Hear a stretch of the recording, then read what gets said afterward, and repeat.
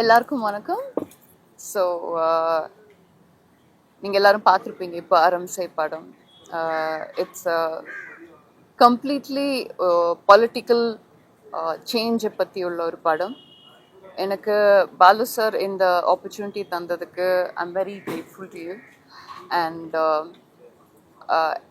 எனக்கு ஸ்ட்ராங்கான கேரக்டர்ஸ் பண்ணணுன்னு ரொம்ப நாளாவே ஆசை.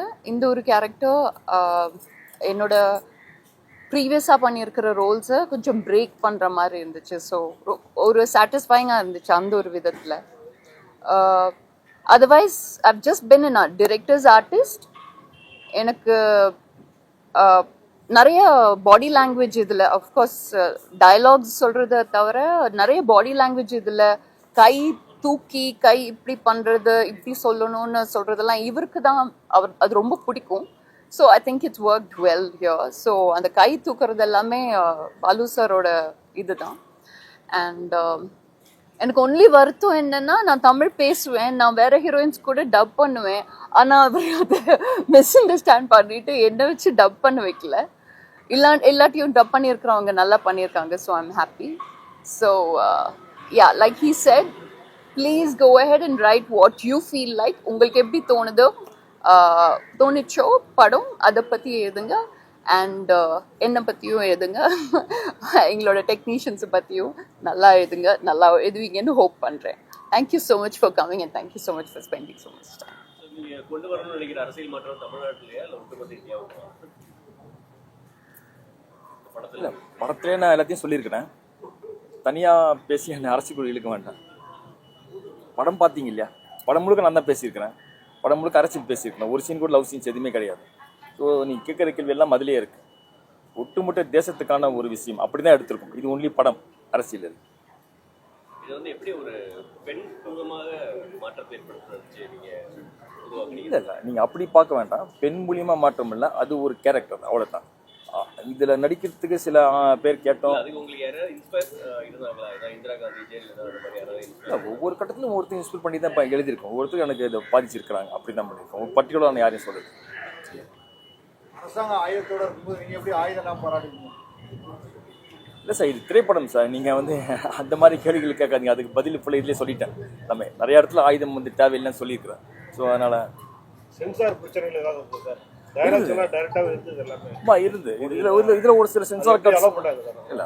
ஆக்சுவலா சென்சார் கட்டு நிறைய 47 கட்டு ரூபாய் கொடுத்தாங்க. நான் உங்ககிட்ட பேசி கொஞ்சம் கம்மி பண்ணேன். இதுல ஒரு சில இடத்துல சென்சார் கட்டு நாங்கள் உங்களுக்காக போட்டு காமிச்சோம். ஆனா திரைக்கு போகும்போது அந்த சென்சார் கட்டு இருக்காது. குறிப்பா இந்த பிரபாகரன் வார்த்தைகள் அவங்க பேசும்போது சில மோடி சம்பந்தமான வார்த்தைகள் வருது இல்லையா, அந்த மாதிரி வார்த்தைகள்லாம் சென்சார் கட் பண்ணிட்டாங்க. மியூட் பண்ணி தான் வச்சிருக்கோம். இது உங்களுக்கு வந்து காட்டினா யதார்த்தம் புரியுங்கிறது.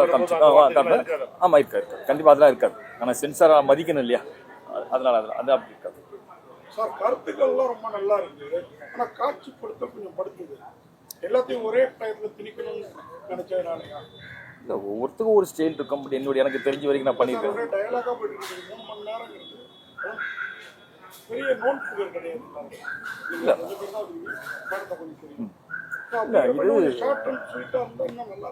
நல்லா இருக்கும். சில காட்சிகளில் வந்து நான் அதிகமாக சொல்ல வேண்டியது இருந்தது. அது சொல்லும் போது காட்சியினோட டைமிங் அதிகமாகிடுச்சு. மற்றபடி திட்டமிட்டு எதுவும் பண்ணுறதில்ல. அதே மாதிரி பார்த்தீங்கன்னா இன்ட்ரோலப்போ அவங்க துப்பாக்கி எடுக்கிறாங்க. காலில் தாத்தா கொடுக்குறப்ப எனக்கு துப்பாக்கி எடுக்கிற பாதை கிடையாது. இல்லை, அது மிஸ் அண்டர்ஸ்டாண்டிங் கிடையாது. பாதுகாப்புக்காக வச்சுக்கிறதுக்கும் இன்னொருத்த ஆயுதம் கொடுத்து போராட சொல்றதுக்கு நிறைய வித்தியாசம் இருக்கு இல்லையா? ஸோ அது அப்படி தான் பார்க்கணும்.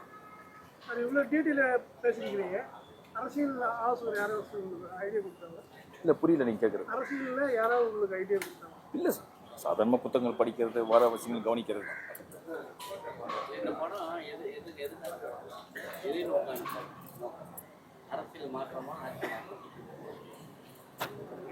சிஸ்டம் மாற்றணும்னு சொல்றீங்க.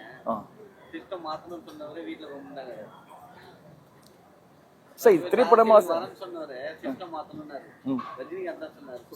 சரி, ஆனால் கடைசியில் மறுநாளே வீட்டில் உட்காந்துட்டாரு. நான் வரல அரசியல். ஸோ நிஜ வாழ்க்கைக்குள்ள நான் போல சார். நல்லா பார்த்தீங்கன்னா இதில் வந்து ஒரு சப்டைட்டில் போட்டிருப்போம், நாங்கள் அரசியல் பேசவில்லைன்னு.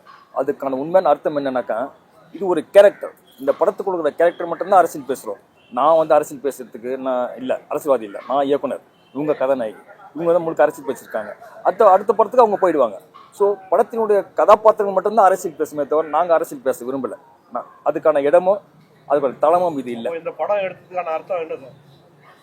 அதான் ஆட்சி மாற்றம் மக்களுக்காக போய் சேர்றதானே எடுத்தீங்க. ஆமா கண்டிப்பா அரசியல் மாற்றம் வேணும் அப்படின்னு சொல்றீங்க. கண்டிப்பா அரசியல் மாற்றம் வேணும்ன்றது சினிமாவோட இருக்கிறீங்களா இல்ல நிஜத்துல மக்களுக்கு போய் சேரணும்னு நினைக்கிறீங்க? இல்ல நீங்க கேட்கறதுனா இதுக்கு வந்து நான் பதில் சொல்றது திருமாசாரா அழகா சொல்லியிருப்பாரு. ஒரு திரைப்படத்தினால இது ஒன்றையும் உடனே மாற்ற முடியாது, எந்த திரைப்படத்திலும் அதுக்கு வாய்ப்பு இல்லைன்னு சொல்லிட்டாரு. அதே நான் சொல்றேன். பட் நீங்க வந்து அதுக்காக எடுக்கல இல்ல அதுக்காக எடுக்கலன்னு சொல்லலாம். நான் அரசியல் பேச விரும்பலன்னு சொல்லல. ஏன்னா அவரு கேட்கிறாரு ஒரு நடிகர் வந்து பேசியிருக்காரு, நீங்க பேசுறீங்க. சினிமாவை கொண்டு வெளியில போகணும். மக்களுக்கு போய் சேரணுமா, அவங்க எடுத்துக்கணுமா, இல்ல அவங்க ஒரு சினிமாவை பார்த்து கடந்து போகணுமா? இல்ல சினிமாவை பார்த்து கடந்து போனாலும் சரி, அவங்க எடுத்துக்கிட்டாலும் சரி, நான் போதிக்கெல்லாம் வரல. நான் சினிமா எடுத்திருக்கிறேன், எனக்கு தெரிஞ்ச விஷயத்தை சொல்லியிருக்கிறேன். அதை பத்திரிகையாளர் நீங்க கொண்டு போய் சேர்க்கறத பொறுத்தா இருக்குது, அது எப்படி கொண்டு போகணும். தொடர்ச்சியா வந்து 2-3 இடத்துல டயலாக் பார்த்தோம். சொல்லுங்க. முன்னாள் முதலமைச்சர் இறந்ததை பத்தி சொல்லிட்டே இருந்தீங்க. ஆமா தீர்வே கிடைக்கல. ஆமா அதே ஸ்பெசிபிக்கா வச்சு கோர்ட்லயே சொல்லியிருக்காங்க பண்ண அதை பத்தி பேசக்கூடாதுன்னு நீங்க படத்துலயே பேசுறீங்க. இல்ல படத்துலயே வந்து சென்சார் அனுமதி கொடுத்து தானே பேசுறோம் நாங்க. அதிமுக ஆதரவா இருக்கீங்களா, திமுக ஆதரவா இருக்கீங்களா? இல்ல அதுதான் சொல்றேன்னா, எந்த ஒரு கட்சிக்கோ ஆதரவாவோ எதிராவோ இந்த படத்துல எந்த வசனங்களும் இது வரைக்கும் நான் வைக்கவே இல்லை. ஓகேங்களா? ஒரு முதலமைச்சரோட சாவுல மர்மம் இருக்கு, இன்னும் மக்களுக்கு தெரியலன்னு கேட்கறது, மக்களா இருந்து கேட்கறது தப்பு கிடையாது இல்லையா?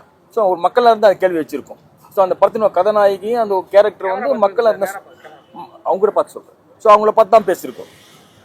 நீங்க ஒரு படைப்பாளி, நீங்க இப்ப கேட்ட கேள்விதான், நீங்க மக்களுக்காக அரசியல் படம் பண்ணிருக்கீங்களா, அரசியலுக்காக படம் பண்ணிருக்கீங்க? நீங்க என்ன சொல்றீங்கன்னா ஒரே வார்த்தை, நான் படம் பண்ணிருக்கேன் போய் பாருங்க, எந்த குறிப்பில் நாங்க எடுத்துக்கலாம். அதான் சொல்றேன், ஒரு படம் ஒரு 3 மணி நேரம் படத்துக்குள்ள நான் ஃபுல்லா போதிக்க முடியாது. அர்ஜென்ட் காலகட்டத்துல 2 மணி நேரம் படம் பார்க்கறதே பெரிய விஷயம். சரி 3 மணி நேரம் சரி நீங்களே சொல்லுங்க, உட்கார்ந்து பார்க்க முடியுமா 3 மணி நேரம்? நம்ம தாங்கள் பட்டமே வந்து உட்காந்து பார்க்க முடியல, சரிங்களா? ஆனா வந்து சூப்பர் போயிட்டு ஸோ இது மாதிரி ஸ்டோரியை வந்து நமக்கு ஷார்ட் அண்ட் ஸ்வீட்டா சொல்றது நல்ல விஷயமா இருக்கும். ஏன் 3 மணி நேரம்? இல்லை நான் இதை எப்படி பார்க்குறேன் அப்படின்னு சொன்னா, படத்தினுடைய நீளத்துக்காக நம்ம கதை உருவாக்கத்துல, கதையின் தேவைக்காக தான் படத்தின் நீளம் வந்து தேவைப்படுது. ஆக்சுவலாக இது வந்து இன்னும் அதிகமாக கூட எடுத்தேன், இன்னும் சுருக்கிட்டேன் நான்.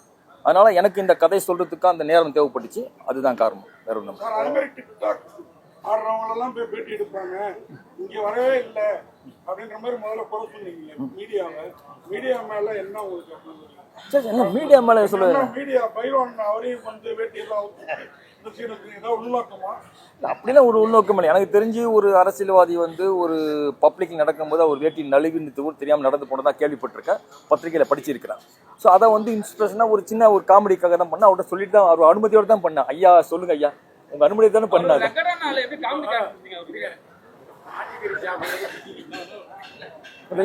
மாட்டுக்கறி சாப்பிடுறது விமர்சிச்சிருக்கீங்க,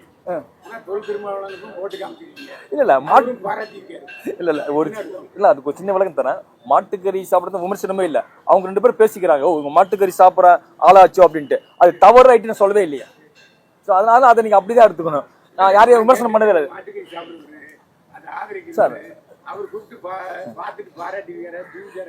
இல்ல இல்ல இல்ல அப்படி இல்லை சார். அதே மாதிரி திருமாவளவன் அவர் பாராட்டி. ஆமா, இப்போ உள்ள அரசியல்வாதிகள் எல்லாம் சரியில்லைன்ற டைலாக் அடிக்கடி வருது படத்துல. அதை அவர் எப்படி எடுத்துக்கிட்டாரு? திருமாவளவன் பார்த்தது படத்துக்கு பலம் நினைக்கிறீங்களா, பலவீனம் நினைக்கிறீங்களா? ஃபர்ஸ்ட் கடைசி கேட்டுக்கு போய் சொல்லிடுறேன். திருமாவளவன் சார் பார்த்தது நான் விரும்பி கூப்பிட்டேன், அவர் பார்த்தது எனக்கு பலமாக தான் நினைக்கிறேன். 2வது எல்லா அரசியல்வாதியும் தப்புன்னு நான் சொல்லவே இல்லை. இதே கேள்வியை வந்து படத்துக்குள்ள இருக்கிற கேரக்டர்ஸ் கேட்குறாங்க, அதுக்கும் பதில் சொல்லியிருக்கேன். எனக்கு தெரியும், அதான் அந்த கேள்வி அங்கே வச்சேன். எல்லா அரசியல்வாதியும் ஒட்டுமொத்தமாக தப்பு சொல்லவே இல்லை. ஸோ அதிகாரம் கையில் இருக்கிற அரசியல்வாதிகள் மக்களுக்கு எதிராக செய்கிறாங்கன்னு தான் படத்தில் பேசியிருக்கிறோம். ஸோ அது வந்து உண்மையாகவும் இருக்கும், ஒன்றும் இல்லாமலும் போகலாம். அது வந்து உங்கள் பார்வை, நீங்கள் தான் முடிவு பண்ணணும், பார்க்குற ஆடியன்ஸ் தான் அதை முடிவு பண்ணணும் அப்படின்ட்டு. தப்பாக இருந்தால் சொல்லுங்கள், சரியாக இருந்தாங்கன்னா அக்செப்ட் பண்ணுங்க. கேள்வி என்னன்னா, மருத்துவத்துறை சம்பந்தப்பட்ட படமா இருக்குது. டாக்டர் அன்புமணியோ டாக்டர் ராமதாஸையும் கூட போட்டு அழைப்பு எடுக்கலாமே, ஏன் திருமாவளவன் பர்டிகுலரா அவங்களும்? இல்லை ஆக்சுவலாக நான் அது நீங்கள் கேட்கறது கரெக்டு தான். இதே கேள்வியை தான் அங்கேயும் ஒருத்தர் கேட்டார். எனக்கு வாய்ப்பு இருக்கிற ஒருத்தரை கூப்பிடுறேன், வாய்ப்பு இல்லாதவங்கள கூப்பிட முடியாது இல்லையா? அதுதான் உண்மை, கூப்பிடக்கூடாது அப்படின்னு ஒன்றுமே இல்லை. படத்துல ஒரு கேரக்டர் வந்து காட்பாடி கந்தசாமி, எடப்பாடி பழனிசாமி, அதே மாதிரி அவருடைய சட்ட கை மடிப்பெல்லாம் ஒரே மாதிரி ஸ்டைலா இருந்துச்சு. அவரை மீட் பண்ணி வச்சிருக்காங்க. அவரை மீன் பண்ணி அப்படிலாம் வச்சது கிடையாது. காட்பாடி கந்தசாமி எடப்பாடி பழனிசாமி இல்லை ஒருவேளை நீங்கள் அப்படி நினைக்கிறீங்க இல்லையா, அது கூட அது காரணமாக இருக்கலாம் இல்லையா. ஒரு மற்ற அப்படிலாம் ஒன்றும் இல்லை, யாரையும் நான் டாமினேட் பண்ணி வைக்கல அந்த பேரை. ஒரு படமா இதா இல்லையே, நீங்கள் படம் பார்த்து நீ தானே சொல்லணும், நான் படம் எடுத்துட்டேன். வச்சிருக்கீங்க அம்மாவை காமிப்பீங்க, அவங்க நியாயம் கிடைக்கலன்னு சொல்லிருக்கீங்க. அம்மாவை நான் காட்டவே இல்லையா. இல்ல அது ஒரு மறைமுகமா போகுது இல்ல. சரி, அது எந்த விதத்துல எடுத்துக்கலாம்? இல்லை அது ஆடியன்ஸ் நீங்கள் இல்ல சார், நான் மாற்றம் இப்ப இருக்க டிஎம்கே மாறணும்னு சொல்ல வரீங்களா? இல்லை பொதுவாகவே என்ன சொன்னாக்கா 75 ஆண்டுகள் இந்திய அரசியலில் மாற்றம் வேணும் அப்படின்னு சொல்கிறோம். இங்கே இருக்கிற எந்த அரசியல் கட்சியும் நாங்கள் ஆதரிக்கவும் இல்லை, எதிர்க்கவும் இல்லை, பொதுவாக தான் பேசியிருக்கிறோம். அதனால் நீங்கள் பர்டிகுலராக ஒருத்தரை கேட்டு மாற்றம் வேணும்னு சொல்றீங்க. கண்டிப்பாக வேணும். சினிமால இருந்து விஜய் வந்திருக்காரு, அவர் வந்தா ஓகேவா? இல்லை அது இந்த அரசியலுக்கு சம்பந்தம் இல்லாத ஒரு விஷயம், நாங்கள் அரசியல் பேச விரும்பவில்லை. படத்தை பொறுத்தவரை சொல்றீங்க அரசியல் சொல்ற விஷயம் இல்லை ஒருத்தரா கேளுங்க. கதைன்ற விஷயம் சொல்லுங்க. அது வந்து சொல்ல வேண்டிய விஷயம். சரி, அது எந்த மீடியாவில் சொல்றோங்கிறது தான் உத்தி. அந்த கதை சரியான உத்தியில போய் சேர்ந்ததா ஆடியன்ஸ் போய் சேரும். இந்த கதைக்கு ஒவ்வொரு காட்சியிலும் நீங்க வச்சிருக்கிற அடுக்கடுக்கான வசனம் முடிகிறத நீண்டு போகுது. ஒரு கதைக்கு ஒரு காட்சிக்கு தேவைக்கு மேல ஒவ்வொரு காட்சியும் வளரும். இது வந்து நாங்க கருத்து இருக்க ஃபீல் பண்றது. இப்படி வரும் பொழுது பாகுபலியே 2 மணி நேரம் 58 நிமிஷம், பாபநாசம் 3 மணி நேரம் 5 நிமிஷம். ரீசெண்டா பார்த்த பெரிய படம் பாகுபலிக்கு ஓகே, பாபநாசத்துல திரைக்கதை பிரமாதம். ஒரு நல்ல விஷயத்தை எடுத்துக்கிட்டு இவ்வளவு லென்த் கொடுத்து டயர்டாக்கி 3 மணி நேரம் 8 நிமிஷம் அந்த படம் ஓடுது. இது ஆடியன்ஸ் எப்படி போய் சேரும்னு நினைக்கிறேன். இல்லை கண்டிப்பாக ஆடியன்ஸ் பார்ப்பாங்க. ஏன்னு கேட்டிங்கன்னா நீங்கள் சொல்ல இந்த பாகுபலி இவங்க இந்த படங்கள்லாம் போய் சேர்ந்துருக்கு, 3 மணி நேரம் எடுத்த படங்கள் போய் சேர்ந்துருக்கு இல்லையா. இல்லை அதுதான் இந்த நான் சொல்ல வேண்டிய கதைக்கு இல்லை அப்படி இல்லை, அப்படி நினைக்கவே இல்லை. நல்ல விஷயம் போய் சேர வேண்டிய விஷயம் இல்லை உண்மை, நீங்க சொன்ன முறையே பாதிச்சிருக்கேங்கிற வருத்தம் தான், வேற ஒன்றும் இல்லை. எனக்கு அப்படி தெரியல. ஏன்னா நான் சொல்ல வேண்டிய விஷயத்தை கொஞ்சம் டீட்டெயிலாக மக்கள் ஆடியன்ஸில் கொண்டு போய் சேர்க்கணும்னு நினச்சேன். அதுவும் வந்து எப்பயுமே பயன்படுத்துகிற சில வார்த்தைகள் இல்லாமல் யதார்த்தமான வார்த்தைகள் தேவைப்படும் போது அது புரிய வைக்கணுங்கிறதுக்காக இந்த லென்த்தை தேவைப்பட்டுச்சு, அவ்வளோதான். மற்றபடி பர்டிகுலர் தான். அதே மாதிரி தான் எல்லாருமே மெடிக்கல் காலேஜ் ஸ்டூடெண்ட்ஸ், இந்த அறிவுபூர்வமாக இருப்பாங்க. அந்த ஹீரோயின் கனவு கண்டுகிட்டே இருக்க 3 டூயட் போட்டீங்களா, அதெல்லாம் கொஞ்சம் இல்லை கிளைமாக்ஸ்ல எங்க அவங்க போயிட்டாங்கன்னா இவங்க கூட டூயட் போட்டுருக்காங்க. அதுல நிறைய இருந்து ஒரு கதனாக இருந்தாங்க, ஒரு 4 பாட்டு வேணும் அப்படின்னு மற்றவங்க விரும்புறாங்க. இப்போ ஒரு சொன்னார் இல்லைங்களா 3 மணி நேரம் ஒரு டயர்ட்னஸ் கூட சின்ன ரிலாக்ஸேஷன் வேணும் அப்படிங்கிறதுக்காக தான் அந்த பாட்டு வச்சு, மற்றபடி டிஸ்டர்ப் அந்த கதையின் ஓட்டத்தை டிஸ்டர்ப் பண்றதுக்காக அது இல்லை. இல்லை எங்க எல்லாரோட கேள்வியுமே நல்ல கருத்து போய் சேரணுமே. நன்றி. இதான் நான் கேட்டா அடுத்த படங்களை முயற்சி பண்றேன். கண்டிப்பா கண்டிப்பா. சித்தாரகிட்ட ஒரு கேள்வி. நீங்க ரொம்ப போல்டா வசனம் பேசிட்டு வசனம் டப்பிங் பேசலன்னு சொன்னீங்க. பட் அந்த உணர்ச்சி வசனம் மட்டும் பேசுறதெல்லாம் கரெக்டா இருந்தது. உங்களுக்கு அரசியல் ஆர்வம் இருக்கா இல்லையா? அரசியலுக்கு வர வாய்ப்பு இருக்கா? நீங்க நான் இதுல I'm just an actor here. I have tried my best to be ஒரு டிரெக்டரோட ஆர்டிஸ்ட். அதனால இப்போ இன்னைக்கு நான் I might do a character like this. நாளைக்கு I might act like God knows what, a sweeper, you never know. சம்பந்தமே இல்லாத ஒரு character பண்ணுவேன். But as an actor, I just did my duty. Whatever I was asked to do, அது மட்டும் தான் பண்ணியிருக்கேன். அதனால அரசியல் அது I don't want to mix, like அதனால தான் எல்லாருமே கேட்குறாங்கல்ல நீங்க இந்த கட்சியோட அந்த கட்சியோட அப்படி எந்த சம்பந்தம் இல்லாம இது it's a movie and this was my part. I had to play செந்தாரகை இந்த மாதிரி போல்டான கேரக்டர், இப்படிதான் பேசுவா இப்படிதான் சொல்லுவா, இது டிரெக்டரோட விஷன். So அது மட்டும் தான் I've come across. Tomorrow I would love to do some other movie, completely different character. Thank you. இல்ல நான் சாதி சார்ந்ததுன்னு நீங்க ஒட்டுமொத்தமா நான் முன்னாடியே சொல்லியிருந்தேன் கார்த்தினா, நீங்க வந்து அப்படி கோட் பண்ணாதீங்க அப்படின்னு. இது செம்பியன் மாதேவி சாதி சார்ந்த படம் இல்லை. நான் எங்கேயுமே வந்து செம்பியன் மாதேவில இவங்க இந்த கம்யூனிட்டி அவங்க அந்த கம்யூனிட்டின்னு நான் எதுவுமே கோட் பண்ணவே இல்லை. நான் வந்து ஒரு நியூட்ரலான ஒரு கதையை பேசியிருந்தேன். அது வந்து எங்க ஊர் பகுதியிலே நடந்த கதை. அது இன்னும் வன்மமா இருக்கும் அந்த ரியல் ஸ்டோரி. அந்த ரியல் ஸ்டோரியை சொன்னீங்கன்னா நீங்க வந்து என்ன இன்னும் சட்டையை பிடிச்சி எதுக்கு இப்படி படம் எடுத்தான்னு கேட்பீங்க. ஸோ சினிமாவுக்காக சில விஷயங்களை சேஞ்ச் பண்ணி பண்ண வேண்டியதா இருந்ததுன்னா, அடுத்த படம் வந்து சமூக பிரச்சனையை பத்தி பேச போறோம். ஆனா சாதிய படம் இல்லாம வேற ஒரு சமூகத்துல நடக்கிற வேற ஒரு விஷயத்தை பத்தி பேசணும். ஆக்சுவலா என்ன பெத்த தாயன்னு சொல்லிட்டு ஒரு பாடல் இருக்கும்.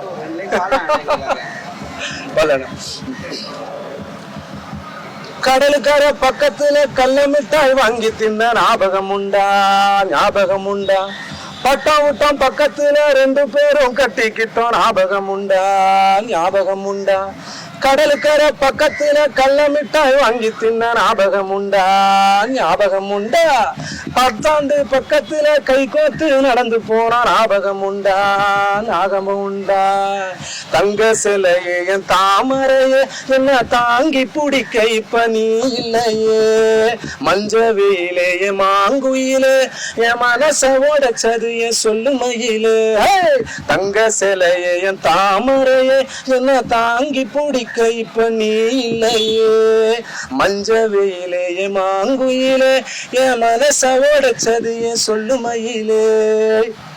செம்பியன் மாதேவி படம் வர்த்தகரையா லாபம் கிடைச்சாங்க? வர்த்தக ரீதியா வந்து சொல்லலாம் லாபம் இல்லைண்ணா. பத்திரிகை மற்றும் ஊடகத்துறை நண்பர்கள் அத்தனை பேருக்கும் வணக்கம். இந்த பிஸியான ஷெடியூல்லையும் வந்ததற்காக நன்றி. இன்று இயக்குனர் இமயம் திரு பாரதிராஜா அவர்களுடைய மகன் அதன் மனோஜ் அவர்களின் இறப்பிற்கு செம்பியன் மாதேவி திரைப்படத்தின் குழு சார்பாக ஒரு 2 நிமிடம் ஒரு மௌனம்.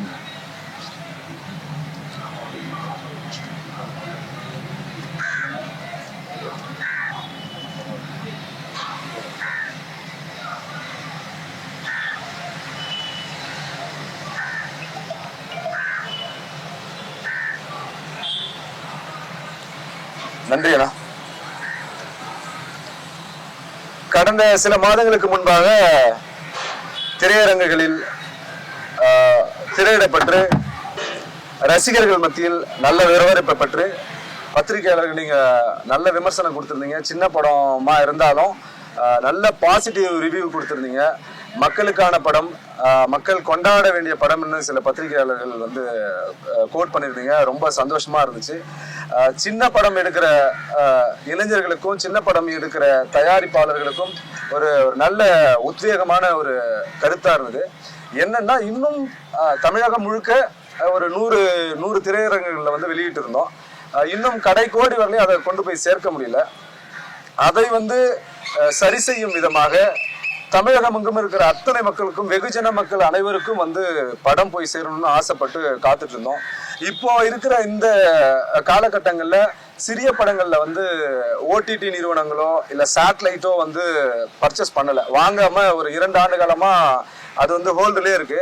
அப்படிப்பட்ட ஒரு சூழல்ல எங்களுடைய படத்தை பார்த்து விமர்சனத்தை பார்த்து ராஜ் தொலைக்காட்சி நிறுவனத்தை வந்து அழைத்து அவங்களுடைய ஓடிடிக்காக பேசி மார்ச் 28 ஃப்ரைடே வந்து ரிலீஸ் ஆகுது.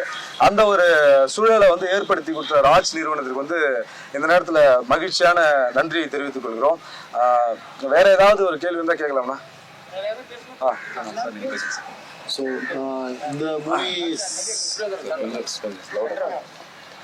இந்த மூவி செம்பியன் மகாதேவி இந்த படம் வந்து பார்த்தேன்.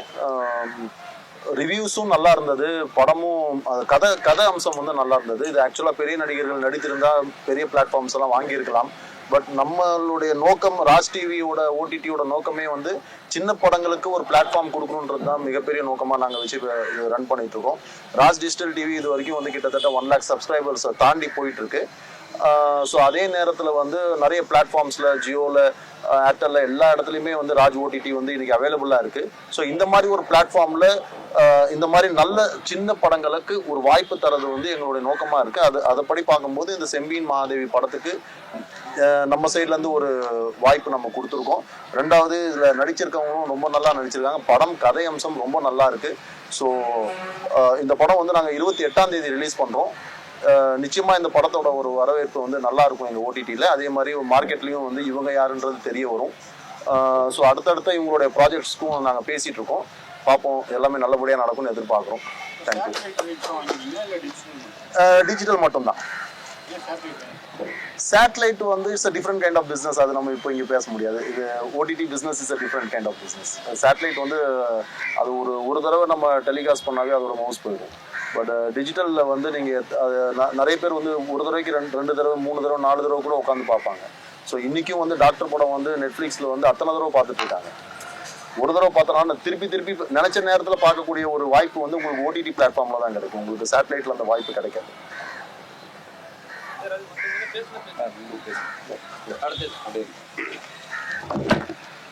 அனைத்து பத்திரிகை ஊடகங்களுக்கும் நன்றி. செம்பியன் மாதேவி ஆகஸ்ட் ரிலீஸ் பண்ணோம். நீங்களாம் பார்த்துட்டீங்க. உங்களுடைய விமர்சனம் ரொம்ப அற்புதமாக இருந்துச்சு. அது மாதிரி தேட்டர் ரெஸ்பான்ஸும் நல்லா இருந்துச்சு. கிட்டத்தட்ட 100 தேட்டருக்கு மேலே போட்டாங்க. நல்ல விமர்சனம், பாராட்டவும் செஞ்சாங்க, விமர்சனங்களும் வந்துச்சு. எல்லாத்தையுமே நாங்கள் பாசிட்டிவாக எடுத்துக்கிட்டோம். அந்த படத்தில் எனக்கு அற்புதமான ஒரு கேரக்டர், வில்லன் சித்தப்பான ஒரு கேரக்டர் கொடுத்தாங்க. தம்பிக்கு இந்த இடத்துல நன்றி சொல்லிக்கிறேன். ஸோ ஓடிடி எங்கே வருதுன்னு ரொம்ப ஆவலோடு இருந்தோம். ராஜ் டிவி ஓடிடி அவங்களுக்கும் ஏகப்பட்ட ஃபாலோவர்ஸ் இருக்காங்க. ரொம்ப லேட் ஆனாலும் ராஜ் டிவியில் வந்து எங்களுக்கு மிகப்பெரிய சந்தோஷம். இந்த படம் தமிழகத்தில் உள்ள உலகத்தில் உள்ள அத்தனை தமிழர்களுக்கும் போய் சேரணுங்கிறது என்னுடைய ரொம்ப ஆசை. அது நடக்கும் நம்புறேன். நன்றி, வணக்கம். வேறு ஏதாவது பேசுறீங்களா? எல்லாருக்கும் வணக்கம். படம் இது வரையும் தேட்டரில் எல்லோரும் சப்போர்ட் பண்ணது ரொம்ப நன்றி. பத்திரிகையாளர், ப்ரெஸ் மீட்டு, அப்புறம் ஊடகங்கள், யூடியூப் நம்பர் எல்லாருக்கும் வணக்கம். இந்த படத்தை இதுவரையும் மக்கள்கிட்ட கொண்டு போய் சேர்த்த எல்லாருக்குமே ரொம்ப ரொம்ப நன்றி. அது இல்லாமல் இப்போ ஓடிடியில் ரிலீஸ் ஆகுது, ராஜ் ஓடிடியில்.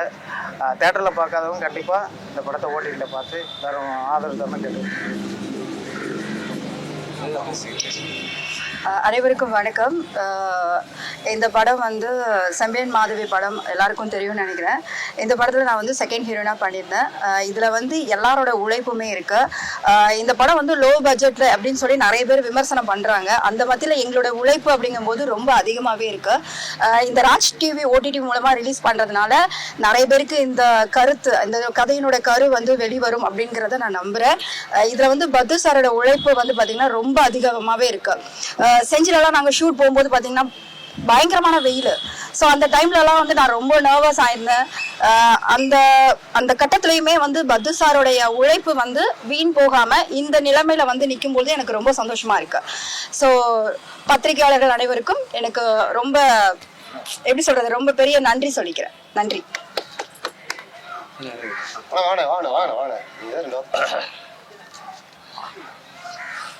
வணக்கம். செம்பியன் மாதவியுடைய இது வந்து உண்மையிலே சொல்லப்போனால் ஒரு வெற்றி விழா மாதிரி தான். ரொம்ப போராட்டத்துக்கு இடையில இந்த படம் எப்படி ஆரம்பித்தாங்க, எப்படி முடிஞ்சு தேட்டரில் எப்படி ரிலீஸ் ஆனதுங்கிறது தெரியும்.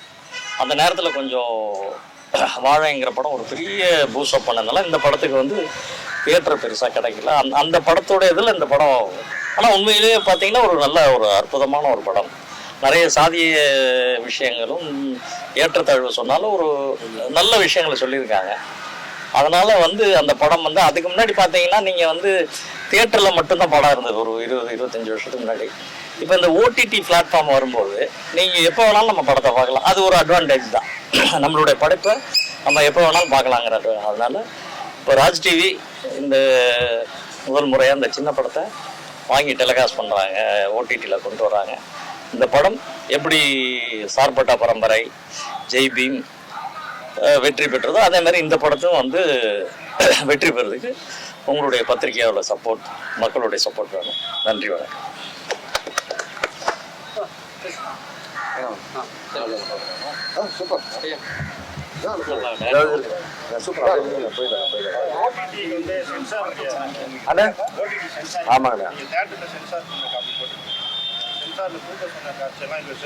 ஆமா, கண்டிப்பா சேர்த்துக்கோங்க.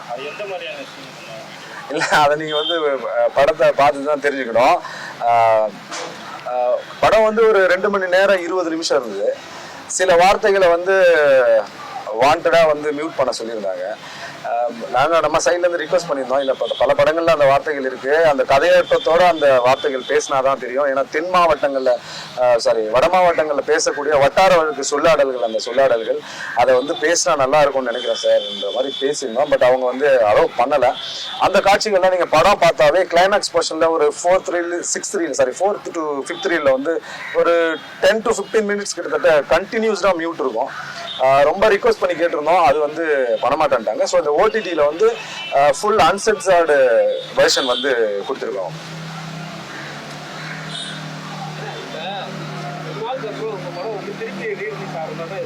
ஆமாங்க. ராஷ்டி வாங்கியிருக்காங்க. ராஷ்டி வந்து நிறைய படம்லாம் பண்ணியிருக்காங்க. முன்னிலை படம்லாம் வந்து நாங்கள் ஒரே வருஷத்தில் வந்து 38 தடவை பார்த்துருக்கோம். ஆமாம். அது மாதிரி வந்து ப்ரொமோஷன் பண்ணுவாங்களா, எப்படி இருக்கும்? இல்லை, ப்ரொமோஷன் பண்ணுறோன்னு சொல்லியிருக்காங்க. ப்ரொமோஷன் பண்ணுவாங்கன்னு நம்புகிறோம்.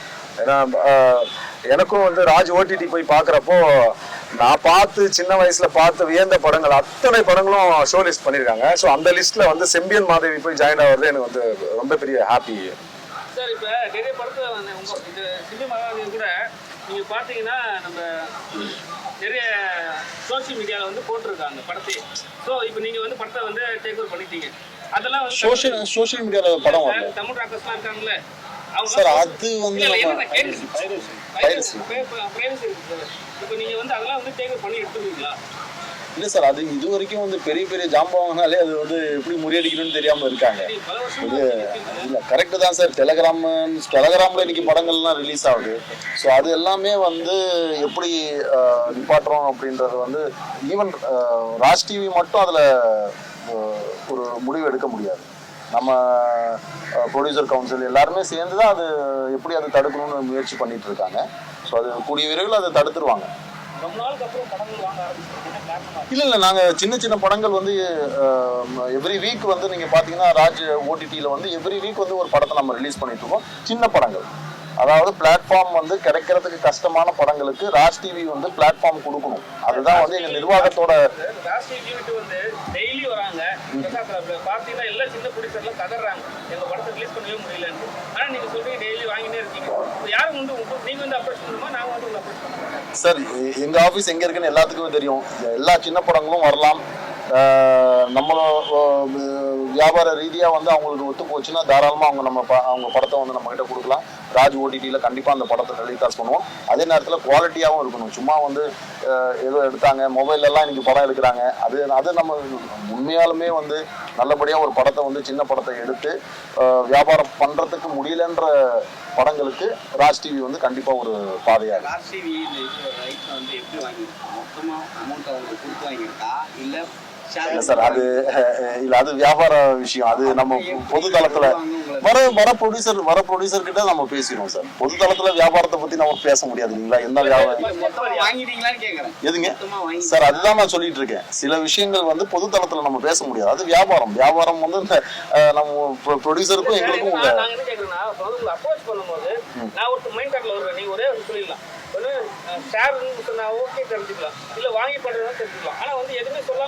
சார் ஓடிடி பிசினஸ், ஓடிடியில் வந்து படம் வாங்குறது வந்து பல வகை இருக்கு சரிங்களா? ஒன்று வந்து ஃபுல்லாக காசு கொடுத்து வாங்குறது, அது எக்ஸ்க்ளூசிவ்னு சொல்லுவாங்க, நான் எக்ஸ்க்ளூசிவ்னு சொல்லுவாங்க. ஒரு அட்வான்ஸ் கொடுத்து ரெவன்யூ ஷேர்னு சொல்லுவாங்க, அட்வான்ஸே இல்லாமல் ரெவன்யூ ஷேர்னு சொல்லுவாங்க. இல்லைன்னா சில பேர் வந்து சார் நீங்கள் காசும் தராதீங்க, ஒன்றும் பண்ணாதீங்க, எங்கள் படத்தை டெலிகாஸ்ட் பண்ணால் போதுன்றாங்க. இப்போ எல்லாமே ஒவ்வொரு விதமாக இருக்குது. ஸோ அதில் நான் எந்த விதத்தில் நான் எந்த பிஸ்னஸ் நான் முடிச்சிருக்கேன் அப்படின்றத நான் பொது தளத்தில் சொல்ல முடியாது இல்லைங்களா? பட் ஒரு விஷயம், ராஜ் டிவி நிர்வாகத்தை பொறுத்த வரைக்கும் சின்ன படங்களுக்கு ஒரு வழி கொடுக்கணும், அவ்வளோதான். இப்போ நீங்கள் அவர்கிட்ட கொடுத்துட்டீங்க, எஸ் அந்த காசு உங்களுக்கு எப்படி ஷேர் பண்ணியிருக்காங்க, அந்த படத்துக்கான காசு எப்படி ரெடியாக இருக்குது? ஏன்னா தேட்டரில் தெரியும் உங்களுக்கு சின்ன படங்களுக்கு அவ்வளோ ரெஸ்பான்ஸ் கிடையாது. அப்போ இல்லை நீங்கள் வந்து அதை முயற்சி பண்ணி உங்களுக்கு கொண்டு வந்துருக்கீங்க. அதுக்கு அடுத்தது என்ன ஸ்டார்ட் பண்ண போகிறீங்க, எப்படி? இல்லை அதுதானே, நான் பேசிக்காக நான் முன்னாடி படம் ரிலீஸ் அப்புறப்பவே சொல்லியிருந்தேன். நான் பேசிக்காகவே அசிஸ்டன்ட் டைரக்டர்னு சொல்லியிருந்தேன். நான் என்னோட 2009 பேட்ச். இப்போ என்னோட கொலீக்ஸ், என்னோட ஃப்ரெண்டுங்க எல்லாமே அசிஸ்டன்ட் டைரக்டராக இருக்கிறவங்க. ஸோ அவனுங்க எல்லாமே இப்போ படம் ஸ்டார்ட் அப்பில் இருக்கானுங்க. ஸோ அப்படி வந்து அவனுங்களுக்கு வந்து ஒரு புது ஹீரோ போகிறதுக்கு ஒரு ஆப்ஷனுக்கு பதிலாக ஆல்ரெடி ஒரு படம் ரிலீஸ் ஆகி இப்போ ஒரு ஹீரோவாக இருக்க அப்படின்றதுனால ஆல்ரெடி ஒரு 4 படம் நான் ஹீரோ பண்ணி முடிச்சிட்டேன். அடுத்தடுத்து ரிலீஸ் இருக்குது. அடுத்தது நான் வந்து ஒரு டைரக்டராக ஒரு பெரிய ஹீரோ கூட ஒரு அனௌன்ஸ்மெண்ட் இருக்குது. ஏப்ரல் அது மாதிரி இருக்கும். ஒரு ஹீரோ கூட ஒரு அனௌன்ஸ்மெண்ட் இருக்குண்ணே. ஆமாண்ணா, நான் டேரக்ஷன் பண்ணேன். சரி, நன்றிங்கண்ணா.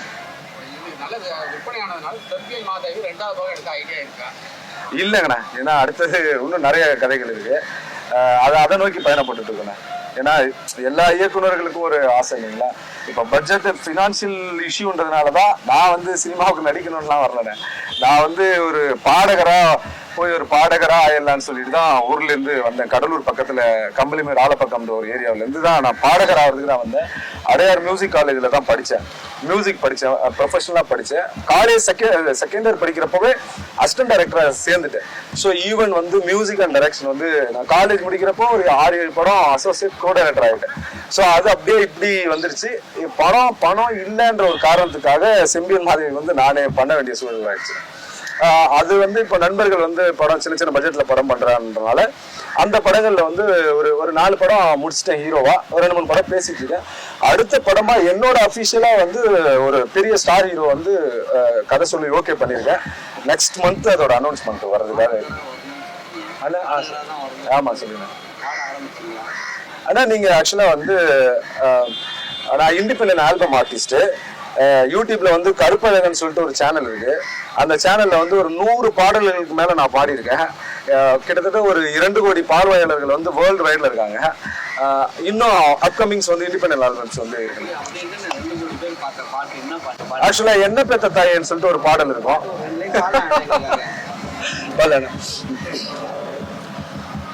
கடலுக்கரை பக்கத்துல கல்ல மிட்டாய் வாங்கி தின்ன ஞாபகம் உண்டா, ஞாபகம் உண்டா.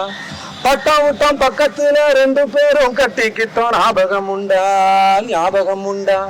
கடலுக்கரை பக்கத்துல கல்ல மிட்டாய் வாங்கி தின்ன ஞாபகம் உண்டா, ஞாபகம் உண்டா. 10 பக்கத்துல கை கோத்து நடந்து போனா ஞாபகம் உண்டா, ஞாபகம் உண்டா. தங்க சிலையே என் தாமரையே என்ன தாங்கி பிடிக்க இப்ப நீ இல்லையே. மஞ்ச வெயிலே என் மாங்குயிலே என் மனச உடைச்சது என் சொல்லு மயிலே. தங்க சிலையே என் தாமரையே என்ன தாங்கி பிடிக்க இப்ப நீ இல்லையே. மஞ்ச வெயிலே என் மாங்குயிலே என் மனச உடைச்சது என் சொல்லு மயிலே.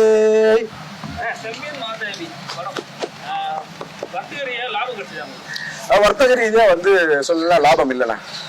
என்னன்னா இப்ப நீங்க சென்சார் நிறைய கட்டிருந்தாங்க, கட்டெல்லாம் கரெக்டா கட்டி இல்லாம கொடுத்துருந்தாங்கன்னா அந்த லாபம் வந்துருன்னு நினைக்கிறீங்களா? இல்ல ஆக்சுவலா செம்பியன் மாதே வந்து சமுதாயத்துக்காக ஒரு படம் பண்ணணும்னு ஆசைப்பட்டோம். ஒரு கமர்ஷியலா படம் பண்ணணும்னா அதுக்கு வந்து ஒரு மினிமலைஸ்ட் பட்ஜெட் வேணும்னு. ஒரு ஒரு ஒரு set property, camera, technical instrument சைடில் வந்து ஒரு பெரிய பட்ஜெட் வேணும். அந்த பட்ஜெட் இல்லாத காரணத்தினால நாங்கள் வந்து கதைக்களத்தை வந்து வில்லேஜ் பேஸில் செட் பண்ணுறோம். வில்லேஜ் பேஸில் செட் பண்ணால் படம் வந்து கொஞ்சம் பட்ஜெட் வைஸாக கன்வின்ஸ் ஆகும்னு நினைக்கிறோம். அந்த வில்லேஜ் பேஸ் சப்ஜெக்ட்லேயும் வந்து ஒரு சோசியல் மெசேஜ் இருக்கணும் அப்படின்னு சொல்லி படம் பண்ணி தான் செம்பியன் மாதேவி.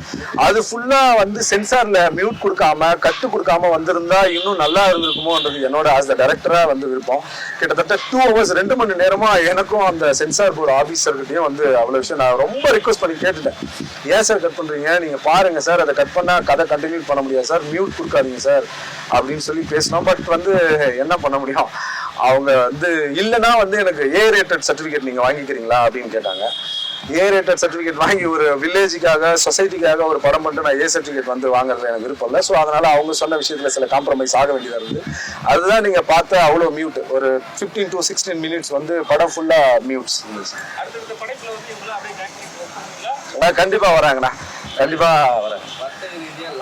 ஆமாங்கண்ணா. அடுத்த சரிங்கண்ணா. சின்ன படத்துக்கு முதல்ல தியேட்டர் கொடுங்கடா, சின்ன படத்துக்கு வழி விடுங்கடா, பெரிய படம் வந்துச்சுன்னா ஸ்டாப் பண்ணாதீங்கன்னு சொல்லி கேட்க வேண்டியது. இல்லண்ணா, நான் நீங்க அதிகமா வச்சிருக்கீங்களோ பண்றத பார்த்தா அப்படிதானே. லாக்கான பரவாயில்ல, நான் அடுத்தது போய் அண்ணா அடுத்த படம் நான் ப்ரொடியூசர் கிடையாதுண்ணா. அடுத்த படம் நான் ப்ரொடியூசர் கிடையாது. அது பேசிக்கிட்டே இருக்கலாம். நான் இல்ல பெரிய பெரிய ஆட்கள்லாம் வந்து பேசிட்டு இருக்கிறாங்க சின்ன படங்களுக்கு பட்ஜெட் இல்லை. ஆனா நம்ம ஒரு கட்டத்துல நிக்க முடியாதுல்ல. இந்த விஷயம்லாம் வந்து முடிஞ்சாதான் படம் பண்ணணும், இந்த விஷயம் முடிஞ்சாதான் படம் பண்ண முடியும்னு சொல்லிட்டு நிக்க முடியாதுல்ல, ஓடி ஆகணும்ல. ஏன்னா ஒரு நாளைக்கு நண்பர்கள் பேசிட்டு இருக்கப்போ சொல்லுவோம், ஒரு நாளைக்கு 5000 பேர் சென்னைக்கு வந்து சினிமாவுக்காக இறங்குறாங்கன்றப்போ அவ்வளோ ரேஸ் இருக்கிறப்போ நம்ம மூவ் ஆன் ஆகிட்டே இருக்கணும்ல. அதனால வந்து அப்படி பண்ண வேண்டியதா இருக்குங்கண்ணா. இல்ல நான் சாதி சார்ந்ததுன்னு நீங்க ஒட்டுமொத்தமா நான் முன்னாடியே சொல்லியிருந்தேன் கார்த்தினா, நீங்க வந்து அப்படி கோட் பண்ணாதீங்க அப்படின்னு. இது செம்பியன் மாதேவி சாதி சார்ந்த படம் இல்லை. நான் எங்கேயுமே வந்து செம்பியன் மாதேவில இவங்க இந்த கம்யூனிட்டி அவங்க அந்த கம்யூனிட்டிலாம் எதுவுமே கோட் பண்ணவே இல்லை. நான் வந்து ஒரு நியூட்ரலான ஒரு கதையை பேசியிருந்தா அது வந்து எங்க ஊர் பகுதியிலே நடந்த கதை, அது இன்னும் வன்மமா இருக்கும் அந்த ரியல் ஸ்டோரி. அந்த ரியல் ஸ்டோரியை சொன்னீங்கன்னா நீங்க வந்து என்ன இன்னும் சட்டையை பிடிச்சி எதுக்கு இப்படி படம் எடுத்தான்னு கேட்பீங்க. ஸோ சினிமாவுக்காக சில விஷயங்களை சேஞ்ச் பண்ணி பண்ண வேண்டியதா இருந்ததுன்னா, அடுத்த படம் வந்து சமூக பிரச்சனையை பத்தி பேச போறோம். ஆனா சாதிய படம் இல்லாம வேற ஒரு சமூகத்துல நடக்கிற வேற ஒரு விஷயத்தை பத்தி பேசணும். நல்ல படம் அது. இந்த விஷயங்கள் கொஞ்சம் இருந்ததுனாலதான் ஒரு குறிப்பிட்ட சமூகத்தை தாண்டி போகணும்னு ஃபீலிங். என்ன நடிச்சிருக்கீங்க, நல்லா பண்ணிருந்தீங்க படம் செம்பியன் மாதேவி. என்ன? டைட்டிலே புராண டைட்டில் மாதிரி பிரமாதமா இருக்குல்ல. இல்ல இல்ல அது அந்த வரிசையில தான் அடுத்த படத்தோட டைட்டில் அனௌன்ஸ்மெண்ட் வரப்போகுதுங்கன்னா, படம் சின்ன படம்ன்றதை விட தேட்டர்ல ரிலீஸ் பண்றப்போ நம்ம கூட யார் ஃபைட் பண்ணி படம் வராங்க. சில பேர் வந்து படம் ரிலீஸ் ஆகலன்னு தெரியிறப்போ நம்ம ரிலீஸ் பண்றோம், திடீர்னு ஒரு பெரிய படத்தை இறக்குறாங்க. ஸோ அதெல்லாம் பார்க்க வேண்டியிருக்குண்ணே. இல்ல அவன் ஒரு இல்ல அவங்க கூப்பிட்டு என்கிட்ட கேட்டாங்க, இது மாதிரி படம் பண்ணிருக்கீங்க. நிறைய நெகோசியேஷன் நடந்துச்சு. ஏன்னா படம் ரிலீஸ் ஆகி ஒரு 4-5 மாசம் இருந்து தமிழ் இண்டஸ்ட்ரியில இருக்கு சார். தமிழ் இண்டஸ்ட்ரியில் இருக்க எல்லா ஓடிடியுமே ட்ரை பண்ணோம். எல்லா ஓடிடியுமே சில காரணங்களுக்காக புது ஹீரோ, புது ஆர்டிஸ்ட், புது டெக்னீஷியன் இவங்க எல்லாருக்குமே தெரிஞ்சிருக்கும். ஒருவேளை அவங்க பிஸ்னஸ் ஸ்டேட்டஸ் வந்து அப்படி இருக்கிறதுனால அவங்க அப்படி ஃபீல் பண்ணாங்களே எனக்கு தெரியல. புது ஹீரோன்னா எடுக்க மாட்டோம் அப்படின்னு சொல்லிட்டு இருந்தாங்க. அந்த ஒரு சூழலில் வந்து என்ன பண்ணுறது, படம் எனக்கு என்னன்னா தியேட்டரில் ரிலீஸ் ஆகி நீங்கள் பார்த்துருப்பீங்க, அதோட வீடியோ ஃபுட்டேஜ்லாம் வந்து ரிலீஸ் ஆகிருந்தது. ப்ளஸ் வந்து நீங்கள் தான் வந்து அதை வந்து மக்கள் மத்தியில் வந்து அழகாக இது மாதிரி ஒரு சின்ன படம் பண்ணியிருக்காங்க, சூப்பராக பண்ணியிருக்காங்கன்னு சொல்லி நீங்கள் தான் எழுதுனீங்க. முதல்ல நான் வந்து ஏன்னா அசிஸ்டன்ட் டைரக்டர் இருக்கிறப்ப பிரசாத் லேப் வர்றப்ப பயந்து வருவேன். ஏன்னா ப்ரெஸ்ஸை பார்த்தாலே எனக்கு ஒரு பயம் இருக்கும். ஐயோ இவங்க வேற ஏதாவது சம்மந்தமான கேள்வி கேட்பாங்க. அன்னைக்கு ப்ரெஷ் ஷோ போடுறப்ப கூட நான் வந்து வெளியில வந்துட்டேன். என்ன கேள்வி கேட்க போறாங்க, என்ன பதில் சொல்ல போறாங்க, என்ன எப்படி பார்த்துட்டு ரிவ்யூ பண்ண சொல்றாங்க. எனக்கு வந்து ஆடியன்ஸை விட ப்ரெஸ் வந்து எப்படி இதை எடுத்துக்க போறாங்க, ஏன்னா அவங்க தான் அடுத்தது மக்கள்கிட்ட சொல்ல போறாங்க. ஸோ அதுக்காக நான் வெயிட் பண்ணிட்டு இருக்கிறப்போ நீங்க வந்து அதை சூப்பராக கன்வே பண்ணி அதுல இருந்த சின்ன சின்ன குறைகளை வந்து கரெக்டாக கோட் பண்ணி ஒரு சகோதரன் மாதிரி என்னை வந்து நீங்க பூஸ்டப் பண்ணீங்க. அதுக்காக நன்றிங்க. சம்பந்தம் இல்லாத கேள்வி கேட்பாங்கன்னு பாலாவோட என்னையும் சொல்லிட்டீங்க. இல்ல ஓகே ஓகே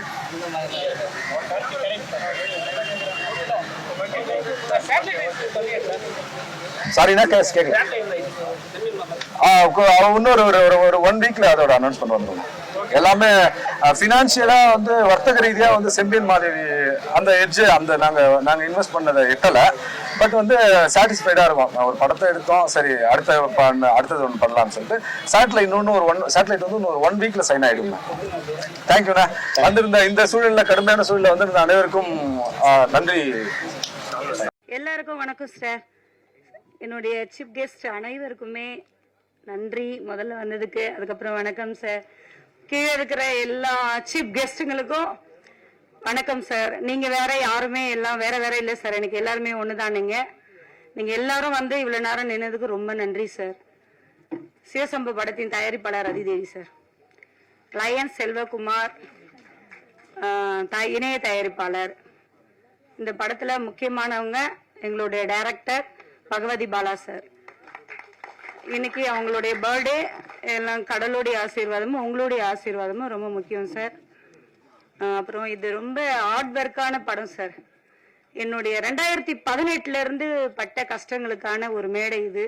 நிறைய பேசணும், ஆனால் நிறைய பெரியவங்க இருக்காங்க, அவ்வளோவா பேச முடியாது. இருந்தாலும் சொல்கிறேன், என்னுடைய உழைப்பு, என் கஷ்டம், என்னுடைய லட்சியம் எல்லாமே இந்த படம் தான். இந்த சிவசம்பு படம் தான் என்னுடைய எல்லாமே. நான் ரொம்ப பெரிய போராட்டத்துக்கு முன்னாடி இந்த படத்தை நான் பண்ணியிருக்கேன். இந்த படத்துக்கு இவ்வளவு அளவுக்கு நான் கஷ்டப்படேன். இன்னைக்கு இந்த ஸ்டேஜ் ஏறி இருக்கிறேன்னா அது முக்கியமானவங்களுக்கு நான் கண்டிப்பா நன்றி சொல்லி ஆகணும் சார். அதுல முதல்ல நான் நன்றி சொல்லணும்னா காஞ்சிபுரத்தை சேர்ந்த இணைய தயாரிப்பாளர் லயன் செல்வகுமார் சாருக்கு ரொம்ப நன்றி சார். அவர் இல்லைன்னா இந்த ஸ்டேஜ்ல என்னால நிக்க முடியாது. என்னுடைய ஜட்ஜிங்க சார் உங்களுடைய பவர் இல்லைனாலும் அவங்களுடைய அட்வைஸை கேட்டுதான் இன்னைக்கு இந்த ஸ்டேஜ்ல நான் நின்று இருக்கேன். எங்க ஜட்ஜி சாருங்க வந்திருக்காங்க, அவங்களுக்கு பெரிய நன்றி சார். அதுக்கப்புறம் மூணாவதா நான் சொல்லணும்னா, இவங்க எல்லாம் இருந்தா மட்டும் போதாது, ஒரு இயக்குனர் இருந்தாதான் ஒரு யாரா இருந்தாலும் தயாரிப்பாளர் ஆக முடியும். சும்மா எல்லாராலையும் தானா தயாரிப்பாளர், பணம் இருக்கிறவங்க எல்லாம் தயாரிப்பாளர் ஆயிட முடியாது. அதுக்கேற்ற உழைப்பும் இருக்கணும், அதுக்கேற்ற டைரக்டருங்களும் கரெக்டா இருந்தா தான் பண்ண முடியும். அந்த மாதிரி இந்த இடத்துல என்ன நிக்க வச்சுக்க மூணாவது நபர்னு சொல்லணும்னா எங்க டைரக்டர் பகவதி பாலா சாருக்கு நன்றி சார். அதுக்கப்புறம் என்னுடைய குடும்பம் தான் எனக்கு எல்லாமே. ஏன்னா ஒரு பொண்ணை நான் வெளியே வந்து சாதிக்கிறதுக்கு காரணமே என்னுடைய ஃபேமிலி தான். என்னுடைய அம்மா வர முடியல, அவங்க உடம்பு முடியல, ஹாஸ்பிட்டல்ல இருக்காங்க. அதுக்கு என்னுடைய மாமியார் அடுத்தது என்னுடைய மாமியார் ஃபேமிலி வந்திருக்காங்க. ஏன்னா நான் ஒரு மருமகளா ஒரு அம்மாவா நான் நிறைய சாதிச்சிருக்கேன், எல்லாருக்கும் நல்ல பேர் எடுத்திருக்கேன். சினிமால சாதிக்கணும்னு என்னுடைய வெறி, எப்படி சொல்றது, எனக்கு புருஷன்னு எங்க ஹஸ்பண்ட் இறந்து 3 வருஷம் ஆகுது. அதுக்கப்புறமும் நான் கவலைப்படாம இன்னைக்கு நான் துணிஞ்சு நிக்கிறேன்னு சொன்னா அது சினிமா தான். I love my cinema. N cinema தான் எனக்கு லவ்வரு, என் சினிமா தான் என் புருஷன், என் சினிமா தான் எனக்கு எல்லாமே. சினிமாக்காக நான் என்ன வேணாலும் பண்ணுவேன். எத்தனை தோல்வியும் சந்திக்கிறது தயாரா இருக்கேன். நான் ஜெயிக்கிற வரைக்கும் போராடிட்டே இருப்பேன். 1 படம் 10 படம் எத்தனை படமாவது பண்ணிக்கிட்டே இருப்பேன். நான் தோல்வியே எனக்கு கிடையாது. என் சினிமா தான் எனக்கு ரொம்ப முக்கியம். என் சினிமா தான் எனக்கு உயிர். அதனால என்னுடைய ஃபேமிலி வந்திருக்காங்க. என்னுடைய மாமியார்கிட்ட நான் ஆசீர்வாதம் வாங்கணும், என் மாமியாரை பார்க்கணும்னு வந்திருக்காங்க. என் மாமியார் ஃபேமிலியை கூப்பிட்டு நான் மேடையில கொஞ்சம் உங்களுக்கு மரியாதை எனக்கு செய்யணும்னு ஆசை சார். என் மாமியார் ஃபேமிலி மட்டும் வந்துட்டோம். அத்தை வாங்க அத்தை, எனக்கு டைம் இல்லைன்றதால ஷார்ட்டா முடிச்சிட்டேன். அத்தை எங்க இருக்கீங்க? யூனியன் தலைவர், தமிழ் திரைப்பட தயாரிப்பாளர் சங்க செயற்குழு உறுப்பினர் விஜய் முரளி சார் அவர்களை உங்கள் முன்னால் ஒரு சில வார்த்தைகள் பேசுவதற்கு அழைக்கின்றோம். பத்திரிகையாளர்களே, தொலைக்காட்சி தோழர்களே, இணையதள நண்பர்களே, புகைப்பட கலைஞர்களே, இந்த படத்தின் தயாரிப்பாளர் அழைப்பு ஏற்று வருகை தந்துள்ள திரையுலக பிரம்மாக்களே, உங்கள் அனைவருக்கும் இரவு வணக்கம். ஏன்னா மாலை ஆரம்பிக்க வேண்டிய படம் இரவு ஆரம்பிச்சிருக்கோம். அதுக்கு பத்திரிகையாளங்க தான் காரணம். ஏன்னா வேற ஒரு இடத்துல இருந்து வர்றதுக்கு லேட் ஆயிடுச்சு. வழக்கமா விஇபிக்காண்டி வெயிட் பண்ற ஃபங்க்ஷன் இப்ப பத்திரிகையாளர்களுக்காண்டி வெயிட் பண்ணிருக்கு. அதுவே மிகப்பெரிய வளர்ச்சி.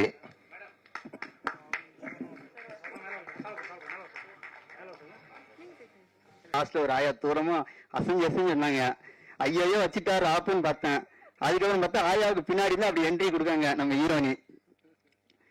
சரி ஏதோ பார்த்ததுக்கு ஏதாவது கொஞ்சம் சுமாரா இருக்கு, சரி ஏத்துப்போம் அப்படி சொல்லிட்டு ஏத்துக்கிட்டேன். அதுக்கப்புறம் எங்க விஞ்ஞானபுரத்தில் வச்சு ஷூட்டிங் போயிருந்தோம். அப்போ அந்த பொண்ணாங்க வந்தாங்க. நான் சார் யார் சார் ஹீரோன்னு கேட்டாங்க. உங்களுக்கு செல்லமான ஹீரோயின் சார், உங்களோட செல்ல கிளியை பறந்து விடாம நீங்களே பார்த்துக்கோங்கன்னு கொடுத்தாங்க. சரி ஓகே சார் சொல்லிட்டு அடுத்த அந்த ஹீரோயின் வந்தாங்க, அவங்க கூட டிராவல் பண்ணோம். அதுக்கப்புறம் வந்து எனக்கு சினிமா வந்து ரொம்ப கொஞ்சம் கூச்ச சுபம் வந்துச்சு. அதுக்கப்புறம் அண்ணாச்சிலாம் வந்தோடனே சரி நமக்கு வந்து அண்ணாச்சை பார்த்தாலே கொஞ்சம் பயமா இருக்கும். எப்படா ஐயோ சொல்ல கூட வரல. உடனே அண்ணாச்சி சொன்னாங்க, ஏல என்ன வா நீ இது பண்றன்னு சொல்லிட்டு நான் வந்து லைட்டா தாங்கினாலும் அண்ணாச்சி வந்து எடுத்து கொடுப்பாங்க. ஆனா அண்ணாச்சி கூட வந்து நல்லா சிங் ஆயிடுச்சு. அதுக்கப்புறம் நம்ம சாரப்பாம்பு மாமா வந்தாங்க. அன்னைக்கு பார்த்ததுதான் சாரப்பாம்பு. எப்ப வந்தாலும் மாப்பிள்ள போன் பண்ண, மாப்பிள்ள எப்படி இருக்கீங்க? மாப்பிள்ள வாங்க வாங்க வாங்க மாப்பிள்ள அப்படி சொல்லி இந்த படத்துல ஒரு 2 மாமா கிடைச்சிட்டாங்க. அதுக்கப்புறம் மாமியார் 4 பேரு. இதான் ஒரு அம்மா இருந்தாங்களே, இந்த கேக் எடுத்துட்டு வந்தாங்களே, எப்ப போங்க என்ன மருமகனே, எங்க மாமியார் கூட கேட்க மாட்டாங்க மருமகனேன்னு சொல்லிட்டு. நானும் மாமியார் அப்பன் தான் கூப்பிடுவேன். மாமியார் கூப்பிட்ட ஒரே ஆள் இவங்கதான்.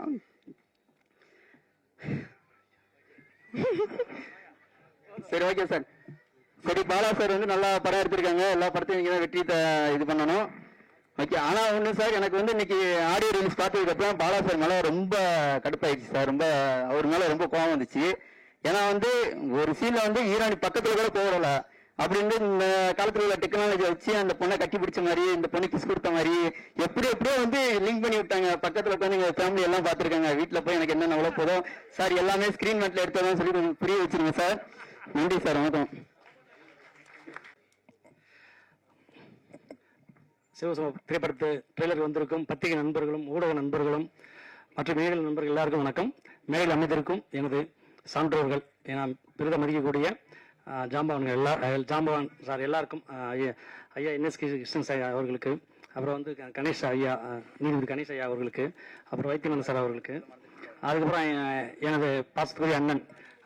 அதாவது இன்னைக்கு வந்து உலகத்தையே ஒரே ஒரு வாழைப்பழத்தினால நிறைய நோயாளியை கொடுத்த டாக்டர் செந்தில் சார் அவர்களுக்கு, அப்புறம் இன்னைக்கு வந்து நமக்கு எத்தனை மாவட்டம் இருக்குன்னு அண்ணனை பார்த்தா தெரியும். அத்தனை மாவட்டத்துக்கும் ஸ்பேரர்ஸ் ஐயா அவர்களுக்கு, அண்ணனுக்கு, அதுக்கப்புறம் கருணா சார் அவர்களுக்கு, அப்புறம் அன்பு சார் அவர்களுக்கு, அப்புறம் விஜயமுரளி சார் என்னோட படங்களை தொடர்ந்து பிஆர்ஓ பண்ணி எனக்கு நிறைய சப்போர்ட் பண்ணி விஜயமுரளி சார் அவங்களுக்கும், அதுக்கப்புறம் அண்ணாச்சி இமான் அண்ணாச்சி கிட்ட நான் ஒரு 4 படமா அவருக்கு ட்ரை பண்ணி அவர் கால்ஷீட் இந்த படத்தை கால்ஷீட் கொடுத்துருக்காரு. அதுக்கப்புறம் தொடர்ந்து 3 படம் கால்ஷீட் கொடுத்துருக்காரு. ஸோ அண்ணாச்சி கால்ஷீட் பிடிச்சி ரொம்ப சந்தோஷமா இருக்குது. அதே மாதிரி செந்தில் சார் கிட்ட நானும் ஒரு 10 படமா டிராவல் பண்ணிட்டே இருக்கிறேன். டேட் இருக்காது, அதுக்கு எதுவும் தள்ளி போச்சு. இந்த படத்துல அவங்களாம் அடிச்சது இது எல்லாமே சிவனோட அருள்னு நினைக்கிறேன். சிவன் அது. அதனால எனக்கு வந்து இதுல ஆர்டிஸ்ட் எல்லாம் எனக்கு கவர் பண்ணாங்க. அது மாதிரி வந்து எங்களோட தயாரிப்பாளர் இருக்கிற ரவி வேமடா இருந்தாலும் சரி, ஐயா செல்வகுமார் இருந்தாலும் சரி, ஸோ அவங்க ஃபுல் சப்போர்ட் இருந்தாங்க. இது வந்து நான் கிட்டத்தட்ட இப்போ ஹீரோ சொன்னாரு, ஹீரோயின் பத்தி சொன்னாரு. இந்த படம் வந்து முழுக்க முழுக்க இது வந்து ஒரு பெண்கள் சம்பந்தப்பட்ட படம். சிவசம்பு அப்படின்னா இது சாமி படம் கிடையாது. இது வந்து முழுக்க முழுக்க ஒரு பெண் அடிமைத்தனம். இப்பவும் பெண் அடிமைத்தனம் இருக்குது அந்த படத்துல. அந்த படத்தை சரி இருக்குது, அது தமிழ்ல அதிகமா இருக்குது. ஸோ அதை உடைக்கணும். அப்ப என்னன்னா அது யாரால உடைக்க முடியும்? பெண்கள் எழுச்சி எடுத்தாலும் உடைக்க முடியும். அப்படிதான் இந்த படம் கதை. அதனால நிறைய பெண்கள் நிறைய நடிச்சிருப்பாங்க. இதுல வந்து கிளைமேக்ஸ் இது வந்து சார் சொன்ன ஒரே ஒரு மேட்டர் சொல்லிடுறேன். இது கிளைமேக்ஸ் வந்து பார்த்ததில்ல, இது பெண்கள் சம்பந்தப்பட்ட படம்னால இது வந்து அந்த ஹீரோயின் தான் வந்து அந்த கிளைமேக்ஸ் முடிக்கணும். அப்போ அது வந்து ஒரே வாக்குவாதம் எனக்கு ஹீரோக்கும். சார் என்ன சார் படத்துல ஸ்டார்டிங்ல இருந்து லாஸ்ட் வரைக்கும் ஹீரோயினை கண்ணிலையும் காட்டல, அப்பவும் காட்டி போயிட்டீங்க, இப்போ கிளைமேக்ஸ் தனியாக போய் அவங்க போய் முடிச்சா சார் அப்படின்னு சொன்னாங்க. அப்போ அவருக்கு ஒரு கதை சொல்ல வேண்டியிருந்தது. பொதுவாக வந்து நான் வந்து படங்கள் பண்ணும்போது இது வந்து எனக்கு கிட்டத்தட்ட நான் இயக்குற 16வது படம் இது சிவசம்பவம். நிறைய கேமராமேன் பண்ணியிருக்கிறேன், நிறைய நடிச்சிருக்கிறேன். என்னன்னா மேக்ஸிமம் வந்து நான் யார்ட்டி கதை சொல்றது கிடையாது. யாரும் ஏன் கதை சொல்ல முடியாதுன்னா நம்ம லோ பட்ஜெட்ல பண்ணுவோம், ஏதாவது ஊர்ல போய் எடுப்போம். அது என்னன்னா கதை சொல்லிட்டு அந்த ஊர்ல யாராவது ஒரு கதையை சொல்லிடுவாங்க, என்ன ஆகுனா அது பிரச்சனையாயிரும். இப்போ சில இடத்துல பண்ணீங்கன்னா ஷார்ட் ஃபிலிமுக்கு அப்படின்னா அவங்க ஒரு 2000 ரூபா வச்சிருப்பாங்க லொகேஷன் சார்ஜ். அதே ஃபிலிமுக்குன்னா ஒரு 25,000 வச்சிருப்பாங்க. அதே மாதிரி சில கதை வந்து ஜாதி சம்பந்தப்பட்ட கதையா இருக்கும், மத சம்பந்தப்பட்ட கதையா இருக்கும். சொல்லிட்டோம்னா அங்கே சொல்லி பெரிய பிரச்சனை ஆயிரும் சொல்லிட்டு யார்ட்டி கதை சொல்றது இல்லை. மோஸ்ட்லி நான் ஒவ்வொரு படத்துக்கும் ஒவ்வொரு ஸ்டேஷன்ல இன்ஸ்பெக்டர்கிட்ட ஊர் தலைவர்கிட்ட அப்புறம் இதே மாதிரி ஆட்டு நிறைய கதை சொல்லியிருக்கு. அவங்களே கதை சொல்லி ஆனால் படத்தில் நம்ம சொன்ன கதை எதுவுமே வராது, அப்படி சொல்லி வருது. இதுல வந்து கிளைமேக்ஸ் வந்து அவர் நடிக்க மாட்டேன்ட்டாரு ஹீரோ. அவர் விஜய் தான் சொல்றேன். ஏன்னா கிளைமேக்ஸ் வந்து ஹீரோயின் தான் எல்லாமே நிக்கிறாங்க. அதனால எனக்கு வந்து இல்ல சார், கிளைமேக்ஸ்லாம் நான் நடிக்க மாட்டேன்னு சொல்லல. சார் வந்து என்னை கூட்டு போய் டம்மி ஆகிட்டாங்க கிளைமேக்ஸ்ல. சரி நல்லா இருப்பாங்கன்னு பார்த்தா லாஸ்ட்ல வந்து ஹீரோ போய் ஹீரோனை காப்பாத்த போய் ஹீரோ கால்குள்ள போட்டு மிதிச்சு ஹீரோனை வந்து காப்பாத்திருக்கு. அந்த மாதிரி எடுத்துட்டாங்க. எங்க ஃப்ரெண்ட்ஸ் எல்லாம் படம் பார்த்துட்டு போன வாரம் என் ஃப்ரெண்ட் எல்லாம் வந்து படம் பார்த்தோம். பார்த்துட்டு சொல்றாங்க மச்சான் இருக்க தூத்துக்குடி கொத்தனாரு என்ன தூக்கி போட்டு நீ குத்துன்னு பார்த்தா உன்னை கீழே படுக்க வச்சு அவங்க அடிக்க. ஐயோ கதையை சொல்லிட்டாங்க, என்ன பண்றது இல்லையே. இப்பவே கதை வந்துருச்சு. ஆக்சுவலி கிளைமேக்ஸ்ல வந்து ஒரு சமாளப்படுத்த பெரிய விஷயம் ஆச்சு. ஒரே ஒரு கதை சொன்னேன் சார், நான் ஒரே ஒரு குட்டி கதை சொல்றேன், நீங்க அதுக்கு விட சொல்லுங்க சார். அது கரெக்டா சொல்லிட்டீங்க அப்படின்னா நீங்க என்ன சொல்றீங்களோ அதுதானே. சரி நான் கதை சொல்லுங்க சார். இது வந்து நான் படிச்ச கதை தான், உங்களுக்கு தெரியும். ஒரு 2 நாட்டுக்குள்ள ஒரு சின்ன போர் நடந்தது. அது வந்து ஒரு மன்னன் செவிச்சிருவாரு. அந்த மன்னன் கல்யாணம் ஆயிருக்காரு, 2 பேருமே கல்யாணம் ஆயிருக்காரு. அப்போ அந்த செவிச்ச மன்னன் வந்து ஒரு பொண்ணை லவ் பண்ணிட்டு இருப்பாரு. அப்ப அந்த பொண்ணு சொல்லும், நான் ஒரு விடுதலை போடுறேன், நீ வந்து அதுக்கு ஆன்சர் சொன்னா அவனை கல்யாணம் பண்ணிடுவேன், இல்ல கல்யாணம் பண்ண மாட்டேன், எனக்கு புத்திசாலியான ஒரு கணவன் தான் வேணும் அப்படிங்கும். சரி அப்படின்ட்டு சரி அது போயிட்டு இருக்கும்போது போர் ஆரம்பிச்சிருது. போர்ல அந்த லவ் பண்றவன் செவிச்சிடுறான். அப்போ வந்து தோத்தோட்ட கூப்பிட்டு கேட்கறான், இந்த பாரு நான் உனக்கு ஒரு விடுதலை சொல்றேன், நீ அதுக்கு ஆன்சர் சொல்லிட்டேன்னா இந்த நாடை வந்து நீ எடுத்துக்கோ, உன் நாடை வந்து நான் உன்னை கொடுத்துறேன் அப்படின்னா. சரி என்ன வேணுங்க, பெண்களின் ஆழ மனசு என்ன நினைப்பாங்க அது மட்டும் சொல்லுங்க. பெண்கள் என்ன நினைக்காங்கன்னு தெரியாது, அது ஆள் மனசுல எப்படி நினைப்பாங்க இன்னுமே தெரியாது அப்படின்னு சொல்லிட்டு அவன் அந்த அரசு வந்து எல்லாத்தையும் கேட்டான். இப்ப எதிர்நாட்டு அரசு கேட்டுக்கிறான். சரி இது ஆன்சர் சொல்லிட்டு ஒரு 3 நாள் டைம் கிட்டாப்ல, 3 நாள் சொல்லிட்டானா உனக்கு நாடு தந்துட்டாப்ல. இப்ப ஊர்ல எல்லாத்தையும் கேட்டு இருக்காப்ல. இந்த பெண்கள் வந்து அடிமனசு நினைப்பாங்க, என்ன நினைப்பாங்க எல்லாம் கேட்டாங்க. ஒவ்வொரு சொல்றாங்க எங்க கடவுள் ஆழத்தோட பாத்திரலாம், பெண்கள் மனசு கண்டுபிடிக்க முடியாது ஒருத்தர் சொல்றாங்க. அப்ப ஒருத்தர் சொல்றான், நம்ம ஊர் எல்லையில வந்து ஒரு சூனியக்காரி ஒரு கிளவி இருக்கிறா, அந்த கிளவிட்ட கேளு கரெக்டா சொல்லுவாப்புல அப்படின்னு. இந்த மன்னன் வந்து தோத்த மன்னன் நேரம் என்ன பண்றான், அந்த கிளவிட்ட போறான். கிளவிட்ட போனதும் கிளவி சொல்றான், கிளவி நான் வந்து நம்ம நாடு தோத்துருச்சு, இப்ப நாடு நம்ம கைக்கு வரும்னா எனக்கு அந்த மன்னன் வந்து ஒரு கட்டளை கொடுத்துருக்காங்க. என்ன கட்டளைங்க, பெண்கள் என்ன நினைப்பாங்க அடிமனசு என்ன நினைப்பாங்க அது சொல்லிட்டேன்னா நம்ம நாடு எனக்கு வந்துருங்கிறான். சரி நான் சொல்லிடுறேன், நீ சொல்லிட்டேன்னா நாடு உனக்கு வந்துடும், அவனுக்கு காதலி போயிடுவா, எனக்கு என்ன கிடைக்கும்பா, நீ என்ன வேணும் கேள்வி உயிரோட தருவேன், நான் உயிர் கேட்க மாட்டேன், என்ன கேட்டாலும் செய்வியா செய்யறேன் அப்படின்னு ஒரு சொல்றான். என்ன சொல்றான்னா எப்பவுமே பெண்கள் வந்து அவங்க இஷ்டத்துக்கு முடிவு விட்டீங்கன்னா அவங்க சந்தோஷமா இருப்பாங்க, அவங்க எடுக்கிற முடிவு எல்லாமே கரெக்டா இருக்கும். இதுதான் அடிமனசு நினைக்கிறது. ஒரு காரியம் பண்ணா நம்ம தான் டிசைட் நம்ம தான் பண்ணணும்னு நினைப்பாங்க அவங்க. ஆனா நம்ம ஆண்கள் வந்து நினைக்கிறது இல்லை. அப்ப என்ன சொல்றது அப்படின்னு அதனாலதான் நிறைய வீட்டுல பிரச்சனை இருக்குது சார். இப்ப நீங்க எப்படி சார், ஐயோ சார் நான் என் ஒய்ஃப் டிசைன் விட்டுருவேன் சார், என் ஒய்ஃப் என்ன சொல்லுவாங்க சார் நான் கேட்பேன், என் ஒய்ஃப் ஒரு கோடு போட்டாலும் தாண்ட மாட்டேன்னாரு. அது சரி ஓகே சார். இப்போ வந்து கிளைமேக்ஸ் சொல்லல சொல்றேன். இப்போ வந்து அந்த மன்னன் வந்து அவட்ட சொல்லிட்டாப்ல, என்ன சொல்லிட்டாப்ல, சார் பெண்களை அவங்க இஷ்டத்துல விட்டீங்கன்னா நீங்க வந்து அந்த பெண்கள் வந்து ஜாலியா சந்தோஷமா இருப்பாங்க, குடும்பத்தை கரெக்டாக நடத்துவாங்க, நம்ம எந்த டிஸ்டர்ப் பண்ண மாட்டாங்க, என்ன பண்ணிக்கலாம் சார் அப்படின்னா அப்படியே காதலியை சொல்லுவாங்க. காதல் ஆமா இதான் நினைச்சோம். உடனே கல்யாணம் ஆயிருது, இவங்க நாடு கிடைச்சிருது. இப்ப நாடு கிடைச்சது கிளவிட்டு வந்து சொல்ல போறான் சந்தோஷத்தை, கிளவி நாடு கிடைச்சிருச்சு என்ன பண்ணலாம் சொல்ல போறான். அப்ப அந்த கிளவி சொல்றா எனக்கு ஒரு வரம் கொடுத்துடலாங்கிறான். ஆமா என்ன கிளப்பது ஏழுங்க, நீ என்ன கல்யாணம் பண்ணிக்கிறான். ஷாக் ஆயிட்டான். ஏன்னா அவளுக்கு வந்து 90 வயசு, இவனுக்கு வந்து 40 வயசு. என்ன கிளவி இப்படி கல்யாணம் பண்ண சொல்ற, எங்க வாழ்க்கை என்ன ஆகுங்கிறான். நீ என்ன சொன்ன, ஒரு மன்னன் தானே, நாட்டு கொடுத்த வாக்கு மாத்த கூடாதுல்ல, கல்யாணம் சரின்னு கல்யாணம் பண்ணிக்கலாம். கல்யாணம் பண்ணி அரண்மனை கூட்டு வந்துடுறான். அரண்மனைக்கு உள்ள வந்ததும் சார் இதுதான் சார் கிளைமேக்ஸ், வேணாம் சார் அந்த பொண்ணே முடியும் சொல்லி ஒத்துக்கிட்டாரு கேளுங்க. அது காரணம் சார், என் ஒய்ஃப்கிட்ட நான் எதுவுமே மறைக்கிறது. என் ஒய்ஃப் வந்து அதாவது லட்சுமி கூட சீரை தாண்டிட்டா, ஆனா என் ஒய்ஃப் போட்ட கூட தாண்ட மாட்டார் அப்படின்னு சொன்னாரு. உண்மை அப்படின்னு தெரியாது, அவங்களுக்கு இடம் தெரியும். சரி, இதுதான் கிளைமேக்ஸ் இருந்துச்சு. சரி, இப்போ நம்ம சின்ன படங்கள் தயாரிக்கிறது இன்னைக்கு வியாபாரம் ரொம்ப கம்மியா போயிட்டு இருக்குது. உங்களுக்கு தெரியும், நம்ம மேக்சிமம் தியேட்டர் வசூல் கம்மியா தான் இருக்கும். சேட்டலைட் எஃப்எம்எஸ் எல்லாமே இதுதான் ஓரளவு கவர் ஆகும். இன்னைக்கு சென்சார்ல என்ன ரூல்ஸ் கொண்டு வந்திருக்காங்கன்னா, அதாவது ஒரு லாங்குவேஜ் மட்டும் பண்ணினால் உங்களுக்கு பழைய அமௌண்ட் எவ்வளவு ஆகும்னா, சென்சார் 70,000 ரூபாய், அது இல்லாம நம்ம ஒரு கீப்பு ஒரு 50,000 இப்படி ஆகும். இப்ப என்ன கொண்டு வந்துட்டாங்கன்னா, நீங்க டபுள் லாங்குவேஜ் பண்ணீங்கன்னா, அது டப்பிங்கோ ஸ்டேட் மூவியோ பண்ணாலும் 2.25 லட்சம் எக்ஸ்ட்ரா கட்டணுங்கிறாங்க. ஏன்னா அதுக்கு ஆப் ஏன்னா காது கேட்க ஒரு ஆப்பு, கண்ணு தெரியாம இவங்க தேட்டர் படம் பார்க்கறதுக்காக ஒரு ஆப்பை உருவாக்கிக்கிட்டு அதுல 2.25 லட்சம் நீ கட்டணும். அப்படின்னாதான் உங்களுக்கு மல்டி லெவல்ல நாங்க சென்சார் தருவோம்னு இப்போ சமீபம் நடந்துருச்சு. இதனால என்ன பாதிப்பு, நான் சின்ன படங்களுக்கு நம்ம தமிழ்ல மட்டும்தான் நம்ம ரிலீஸ் பண்ண முடியும். நிறைய சின்ன படங்கள் வெளியே எங்கேயும் யூஸ் பண்ண முடியும். இப்போ 3 மொழி 4 மொழி எடுக்க பிரச்சனை கிடையாது. ஆனா இதை நம்ம என்னன்னா, நம்ம இந்த மல்டி ஒரு லாங்குவேஜ் தெலுங்கு, ஹிந்தி, கன்னடம் எல்லாத்தையுமே நம்ம வியாபாரம் பண்ணணும். அப்ப வியாபாரம் பண்ணும் போது அவன் ஆட்டோமேட்டிக்கா 2.5 லட்சம் கிட்ட சொல்றான். அப்ப கிட்ட சொன்னா நம்மகிட்ட வாங்குறவங்க யாருமே வாங்க மாட்டாங்க. நம்மளுடைய படங்கள் டோட்டலாவே எந்த லாங்குவேஜ் வைக்காது. அப்ப மல்டி லெவல்ல போனா மல்டில சென்சார் பண்ணணும்னா மினிமம் நம்ம 2.5 லட்சம் எக்ஸ்ட்ரா கட்ட வேண்டியிருக்குது. இந்த ப்ரொடியூசர் நிறைய ப்ரொடியூசர் என்ன பண்ணுவாங்கன்னா, படத்தை ஃபுல்லா செலவு பண்ணிட்டு கடைசி நேரத்துல போஸ்ட் ப்ரொடக்ஷன் காசு இல்லாம எத்தனை பேர் நிக்கிறாங்க, சென்சார் பண்ண எத்தனை பேர் நிக்கிறாங்க. அப்ப அவங்க போய் 2.25 சொன்னா எப்படி கட்ட முடியும்? ஆனா இதை நம்முடைய எல்லா சங்கமும் சேர்ந்து எங்களுக்கு சென்சார் முதமடியே பண்ணுங்க எங்களை அப்படின்னு சொன்னா மட்டும்தான் இன்னைக்கு நிறைய ப்ரொடியூசர் தப்பிப்பாங்க, இல்ல கஷ்டமாயிரும். நான் நிறைய படம் பண்ணியிருக்கேன். அதுல ஒரே ஒரு படம் தலையாட்டி பொம்மை ஒரு படம் பண்ணேன். அது முழுக்க ஃபுல்லா நியூ ஆர்டிஸ்ட், ஒருத்தரோட ஆர்டிஸ்ட் கிடையாது. அந்த படம் மட்டும் 18 லாங்குவேஜ் நான் வித்துருக்கேன். சேல்ஸ் பண்ணி ஒவ்வொரு லாங்குவேஜ் சேல்ஸ், அதுதான் இன்ன வரைக்கும் காப்பாத்திட்டு இருக்குது. ஆனா அதே இது அப்ப 2.5 லட்சம் நான் அதை பண்ணிக்க மாட்டேன். ஏன்னா புதுமுறை வச்சு தேட்டர் கிட்டத்தட்ட நான் 90 தேட்டர் ரிலீஸ் பண்ணி இன்னைக்கு அந்த படம் இப்போ வரைக்கும் ஒவ்வொரு லாங்குவேஜ் சேல்ஸ் ஆகிட்டே இருக்குது. அதனால மொத்தம் நம்ம இந்தியாவில் 24 25 லாங்குவேஜ் படம் எடுக்கிறாங்க. ஆனா மொத்தமே சென்சார் போர்டு 8 தான் இருக்குது. எனக்கு தெரியும், நிறைய பேர் தெரிஞ்சிருக்கும். ஆனா சென்சார் போர்டுக்கு இது மூலம் நீ வன்மையா கண்டினியூ பண்ணி பழைய மாதிரி எப்படி சென்சார் இருக்கோ அப்படி சென்சார் பண்ணா மட்டும்தான் நம்மள மாதிரி சின்ன தயாரிப்பாளர்கள், சின்ன டைரக்டர்கள் தொடர்ந்து படம் பண்ண முடியும். ஏன்னா இன்னொன்னு, நீங்க இப்ப நிறைய பேர் சொல்றாங்க, என்ன சொல்றாங்கன்னா, இது ஒண்ணு சொல்லிடுறேன், படம் வராதவங்க நிறைய பேர் பயம் கட்டுறாங்க. பயமே இல்லைங்க, படம் யாரும் எடுக்க வரலாம், நல்ல வருமானம் இருக்குது. ஆனா அது கரெக்டா உழைக்கணும். யாரும் உழைக்கிறதுக்கு தயாரா இல்ல. நிறைய டைரக்டர் என்ன பண்றாங்கன்னா, ஓகே டைரக்டர் ஆக்ஷன் கட்ட சொன்னா போதும் அப்படின்னு நிறைய பேர் இருக்காங்க. நிறைய பேர் படம் எடுத்து முடிச்சாச்சு, அது பிடிச்சிட்டு பார்த்துவாங்க அப்படின்னு நினைக்கிறாங்க. அது கிடையாது. நம்ம எப்படி ஒரு ஸ்கிரிப்டுக்கு 3 மாசம் 4 மாசம் உழைக்கிறோம், அதே மாதிரி ஸ்கிரிப்ட் முடிச்ச பிறகு லொகேஷன் எத்தனை ஊருக்கு பாக்குறோம், அங்க போய் ஷூட்டிங் போய் லொகேஷன் ரிட்டர்ன் வந்துருவோம். ஆனா இதே மாதிரி ரிலீஸுக்கு கண்டிப்பா ஒரு 3 மாசம் 4 மாசம் எடுத்து ஓன் ரிலீஸ் பண்ணா கண்டிப்பா நல்ல வருமானம் வரும். என்னோட ஒரு படம் நான் சொல்றேன், நான் கடைசி ஒரு படம் ரிலீஸ் பண்ணேன், 67 தேட்டர் ரிலீஸ் பண்ணேன். அதுல ஒவ்வொரு தேட்டர்லயும் ஒவ்வொரு வாரத்துக்கு 1000 டிக்கெட் வந்துச்சு. அதாவது ஒவ்வொரு தேட்டர் 1000 டிக்கெட் வந்துச்சு.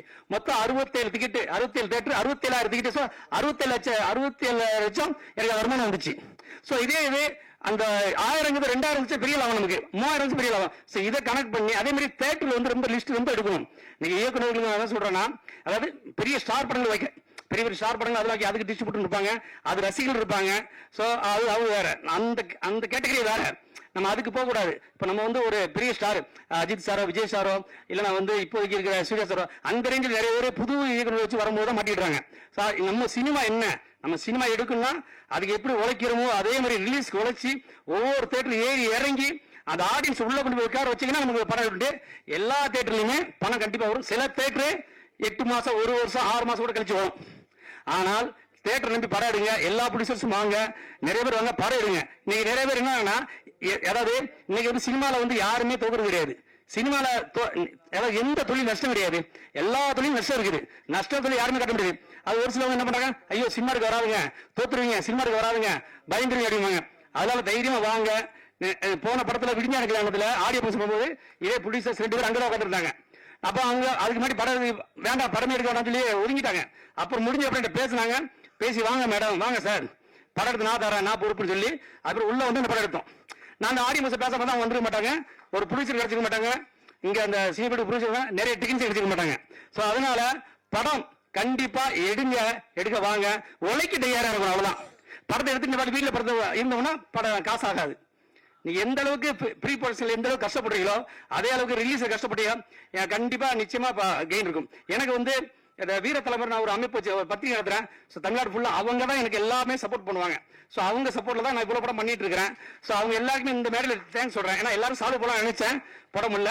ஸோ அவங்க தான் எனக்கு ஒவ்வொரு ஏரியாவிலும் தேட்டர் எடுத்து கொடுக்கறது, அவங்க உள்ள வர்றது, ஆட்கள் கூட்டு வர்றது, கலெக்ஷன் சொல்றது. ஸோ இப்படி அவங்க வந்து எப்படின்னா ஒரு எந்த எதிர்பார்ப்புலாம் பண்றாங்க. ஸோ இதே மாதிரி டீம் வந்து நீங்க ரெடி பண்ணிட்டீங்கன்னா நீ ஜெயிச்சிடலாம். நீங்க நான் சின்ன படம் பண்ணிட்டு இருக்கிறேன் அப்படின்னா எல்லாமே ரிலீஸ் பண்றேன்னா எல்லாம் அவங்கள வச்சுதான். ஏதாவது என்னைக்கா ஒரு நாள் ஜெயிக்கலாம் அந்த நம்பிக்கை தான் ஓடிட்டு இருக்குது. ஸோ நான் வந்து பொதுவாக நம்பிக்கை தான் எதுவுமே வண்டி பண்ணுவேன். நான் வேற எதுவுமே நம்ப மாட்டேன், நம்பிக்கையிலே வண்டி ஓடிட்டு இருக்குது. ஸோ அந்த நம்பிக்கை ஒரு ஆளுக்கு ஹிட் ஆகும். சச்சின் டெண்டுல்கர் 79வது மேட்ச்ல தான் செஞ்சுரி அடிச்சாரு. அதுவும் செஞ்சுரி கிடையாது, அது வரைக்கும் 20 ரன் 30 ரன் எடுப்பாரு. அவர் அவாய்ட் பண்ணுவாங்க. அவர் என்ன பண்ணாருன்னா ஃபீல்ட்ல ஓடி ஓடி ஓடி ஓடி நல்லா வந்து ஃபீல்டிங் பண்ணாரு. இதை பார்த்து ஃபீல்டிங் அவர் தயார்படுத்தப்படுது. 79 செஞ்சுரி அடிச்சாரு. வேர்டுல இவர் அடிச்சவங்களுக்கு தெரியும், நானும் தான்ட்டாரு. ஸோ அதே மாதிரி சினிமா விட்டு விலகக்கூடாது. சினிமாக்குள்ள என்னென்ன பண்ண முடியும், என்னென்ன தொழில் பண்ண முடியும், சினிமாவில் எப்படி போக முடியும் இப்படின்னு நீ யோசிச்சாலே நீ சக்சஸ். நன்றி நன்றி நன்றி. பிறநாளுக்கு வந்து எல்லாம் வண்டி எனக்கு கேக் விட்டு எல்லா ஜாம்பவானுங்க எல்லாமே சாரி எல்லாமே வந்து பெரிய லெவலில் சேவிச்சு அவங்க முன்னாடி எனக்கு கற்பட்டு ரொம்ப கஷ்டமா இருந்தது. ஏன்னா இன்னைக்கு செந்திலண்ணெல்லாம் அவ்வளவு சாதிச்சிருக்காங்க. செந்திலண்ணை பத்தி நான் ஒரு ஆர்டிகல் கூட ஒரு 3 நாளைக்கு கூட போட்டிருந்தேன், எல்லாத்திலையும் போட்டிருந்தேன். அண்ணன் வந்து கிட்டத்தட்ட 1300 படம் நடிச்சிருக்காரு செந்திலண்ணன். அதுல 1300 படத்துல நான் ஒரு லிஸ்ட் எடுக்கும் போது கிட்டத்தட்ட 650 படம் மெகா ஹிட், பெரிய ஹிட். அண்ணனோட வந்து அண்ணன் பிறந்தநாளுக்கு நான் ஆர்டிகா போடலாம் பார்த்தா ரொம்ப நல்லா எடுக்க முடியல வேலையில. ஆனா இருந்தா கொஞ்சம் எடுத்தேன். 1350 படத்துல 1350 படம் பண்ணிக்காரு. அதுல 650 படம் மெகா ஹிட். அவங்க காமெடி மட்டுமே. செந்திலன்னா வடிவில் இவங்க கவுண்ட் பண்ணின இவங்க காமெடியில ஒரு படம் தோக்கல, மிஞ்சி படம் 10 படம் தோத்து இருக்கும். ஏன்னா அந்த அளவுக்கு ஃபீல்டு ஒர்க் பண்ணுவாங்க. நான் கேட்பேன், அண்ணன் கேட்பேன், ஆனா எப்படி நீங்களும் கவுண்டர் எப்படி சொல்லுவாரு. கவுண்டருக்கு டக்கு டக்குன்னு கவுண்டர் நிறைய பேசுவாங்க அண்ணன். அது மாதிரி இம்மானாச்சி நிறைய படம் பண்ணிட்டு இருக்காரு. இம்மானாச்சி நம்மளால ஸ்கிரிப்ட் விட்டா போறோம், சூப்பரா இது பண்ணிடுவாங்க. ஸோ இதுமாதிரி நான் நிறைய நடிகர்கிட்ட வந்து நான் கத்துக்கிட்டது நிறைய நடிகர்கள் தான் கத்துருக்கிறேன். அதே மாதிரி தைரியமா வாங்க, படம் எடுங்க, நிச்சயமா ஜெயிச்சலாம். வெற்றி நமதே. சிறந்த விஷயங்கள் நிறைய பேர் சொன்னாங்க. ஸோ சிறு படங்கள் வெற்றி பெறதுக்கு வந்து பெரிய காரணமா இருக்கிறது பாத்தீங்கன்னா பல சிறிய படங்கள் வெற்றி பெறுவதற்கு பெருதுணையாக இருப்பது மக்களோட ஆதரவும் நம்மளுடைய பத்திரிகையாளர்கள் ஆதரவும் தான். கண்டிப்பா வந்து இந்த படத்திற்கு பத்திரிகையாளர்களும் மக்களோட ஆதரவும் இருக்குன்னு நினைக்கிறேன். சோ அடுத்ததாக இந்த மேடையில் பேசுவதற்காக ஒரு சிறந்த சிறப்பு விருந்தினர். சோ சிரிப்பு அப்படிங்கிறது பல நோய்க்கு வந்து ஒரு மருந்தா தாங்க இருக்கு. புன்னகை மட்டும் இருந்தா போதும், பல நோய்கள் நம்மளை விட்டு ஓடிடும். சோ ஒரே ஒரு வாழைப்பழத்தை வச்சு இன்னைக்கும் அந்த வாழைப்பழம் அப்படின்னாலே அந்த பழம் தான் இந்த பழம் அப்படிங்கிற அளவுக்கு நம்ம எல்லாரையும் சிரிக்க வைத்துக் கொண்டிருந்த சொப்பன சுந்தரி அப்படின்னாலே நமக்கு எல்லாருக்கும் ஞாபகம் வர நம்மளுடைய legend actor, legend comedy actor doctor Senthil sir அவர்களை உங்கள் கைத்தட்டல்களுடன் மேடையில் பேசுவதற்காக வரவேற்கிறோம்.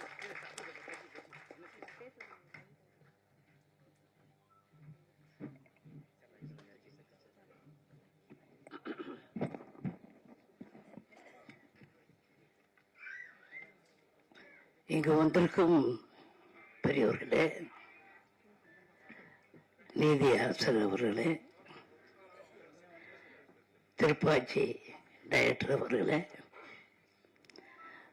மற்றும் இங்கே மேடையிலும் இருக்கும் பெரியவர்களே, எல்லாருக்கும் வணக்கம்.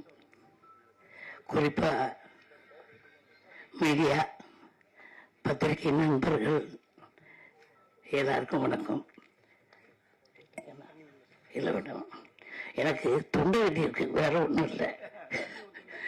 ஆமா, இங்க வந்து படம் எடுக்கணும்னு நம்ம பாலா சொன்னாப்புல ரொம்ப மகிழ்ச்சி. இப்ப வந்து சரியா கதை எடுத்தா கரெக்டா ஓடும். இவங்க கதையை சரியா எடுக்கிறது இல்லை, அதை எடுத்தா தான் ஓடும். சும்மா இப்ப ஜனங்கள்லாம் கம்ப்யூட்டர் லெவலுக்கு போயிட்டாங்க. நம்ம வந்து ஒழுங்கா எடுக்கணும். இப்படியாக இந்த பாலா மாதிரிய ரொம்ப பேர் எடுக்கிறாங்க. ஒரு படம்லாம் நடிக்கிறேன். எதுக்கு நம்ம சும்மா இருப்பானே, நடிப்போன்னு நடிக்கிறேன். அதாவது சில கதைகள், காமெடிகள், அந்த காமெடி வந்து நன்றாக இருக்கணும், நம்ம குடும்பத்தோடு பார்க்கணும் அப்படின்னு ஒரு காமெடி வச்சுக்கணும். இப்படி எல்லாம் கலந்து நம்ம படம் எடுக்கணும். இப்போ நம்ம டைரக்டர் பேரரசு அவர் படங்கள்லாம் சூப்பராக இருக்கும். அவர் படத்தில் நடிக்கிற அவர் நடிக்கும் போது அசண்டா இருந்தார்.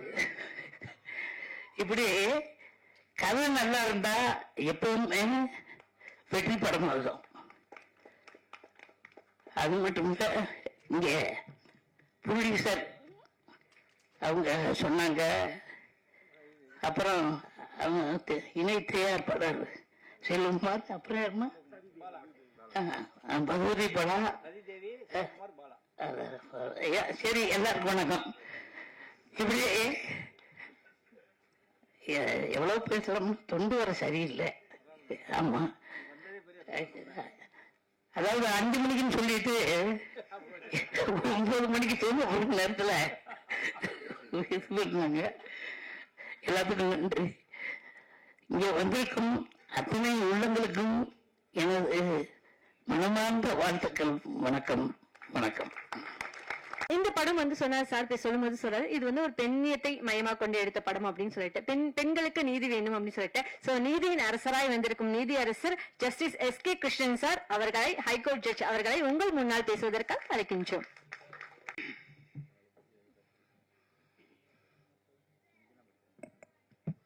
அரங்கிலே அமர்ந்திருக்கக்கூடிய அருமை நண்பர்களே, மேடையிலே அமர்ந்திருக்கக்கூடிய கலைத்துறையிலே தங்களை எல்லாம் ஈடுபடுத்திக் கொண்டு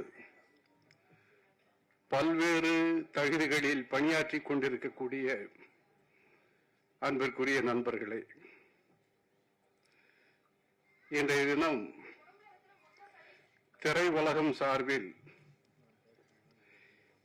இசை தட்டை வெளியிடுகின்ற ஒரு நிகழ்ச்சியில் கலந்து கொள்வதற்காக என்னை அன்பிற்குரிய செல்லக்குமார் அவர்கள் அழைத்ததன் பேரில் நானும் அன்பிற்குரிய மாவட்ட நீதிபதியாக பணியாற்றிய கணேசன் அவர்களும் இங்கே வந்திருக்கின்றோம். கலைத்துறை என்பது தங்க சுரங்கம் போன்றது.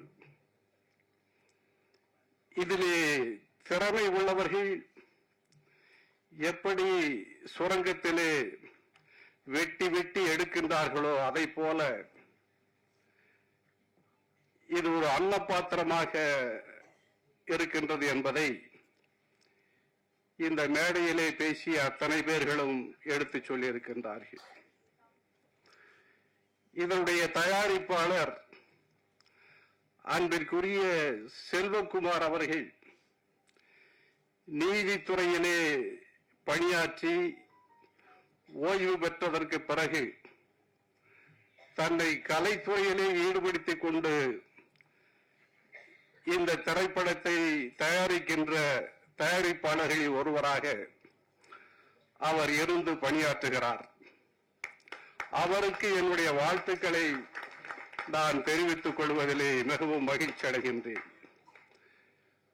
அவருக்கு துணையாக மற்றொரு தயாரிப்பாளர் அன்பிற்குரிய சகோதரி ரவி தேவி அவர்கள் ஒரு தயாரிப்பாளராக இருக்கின்றார்கள்.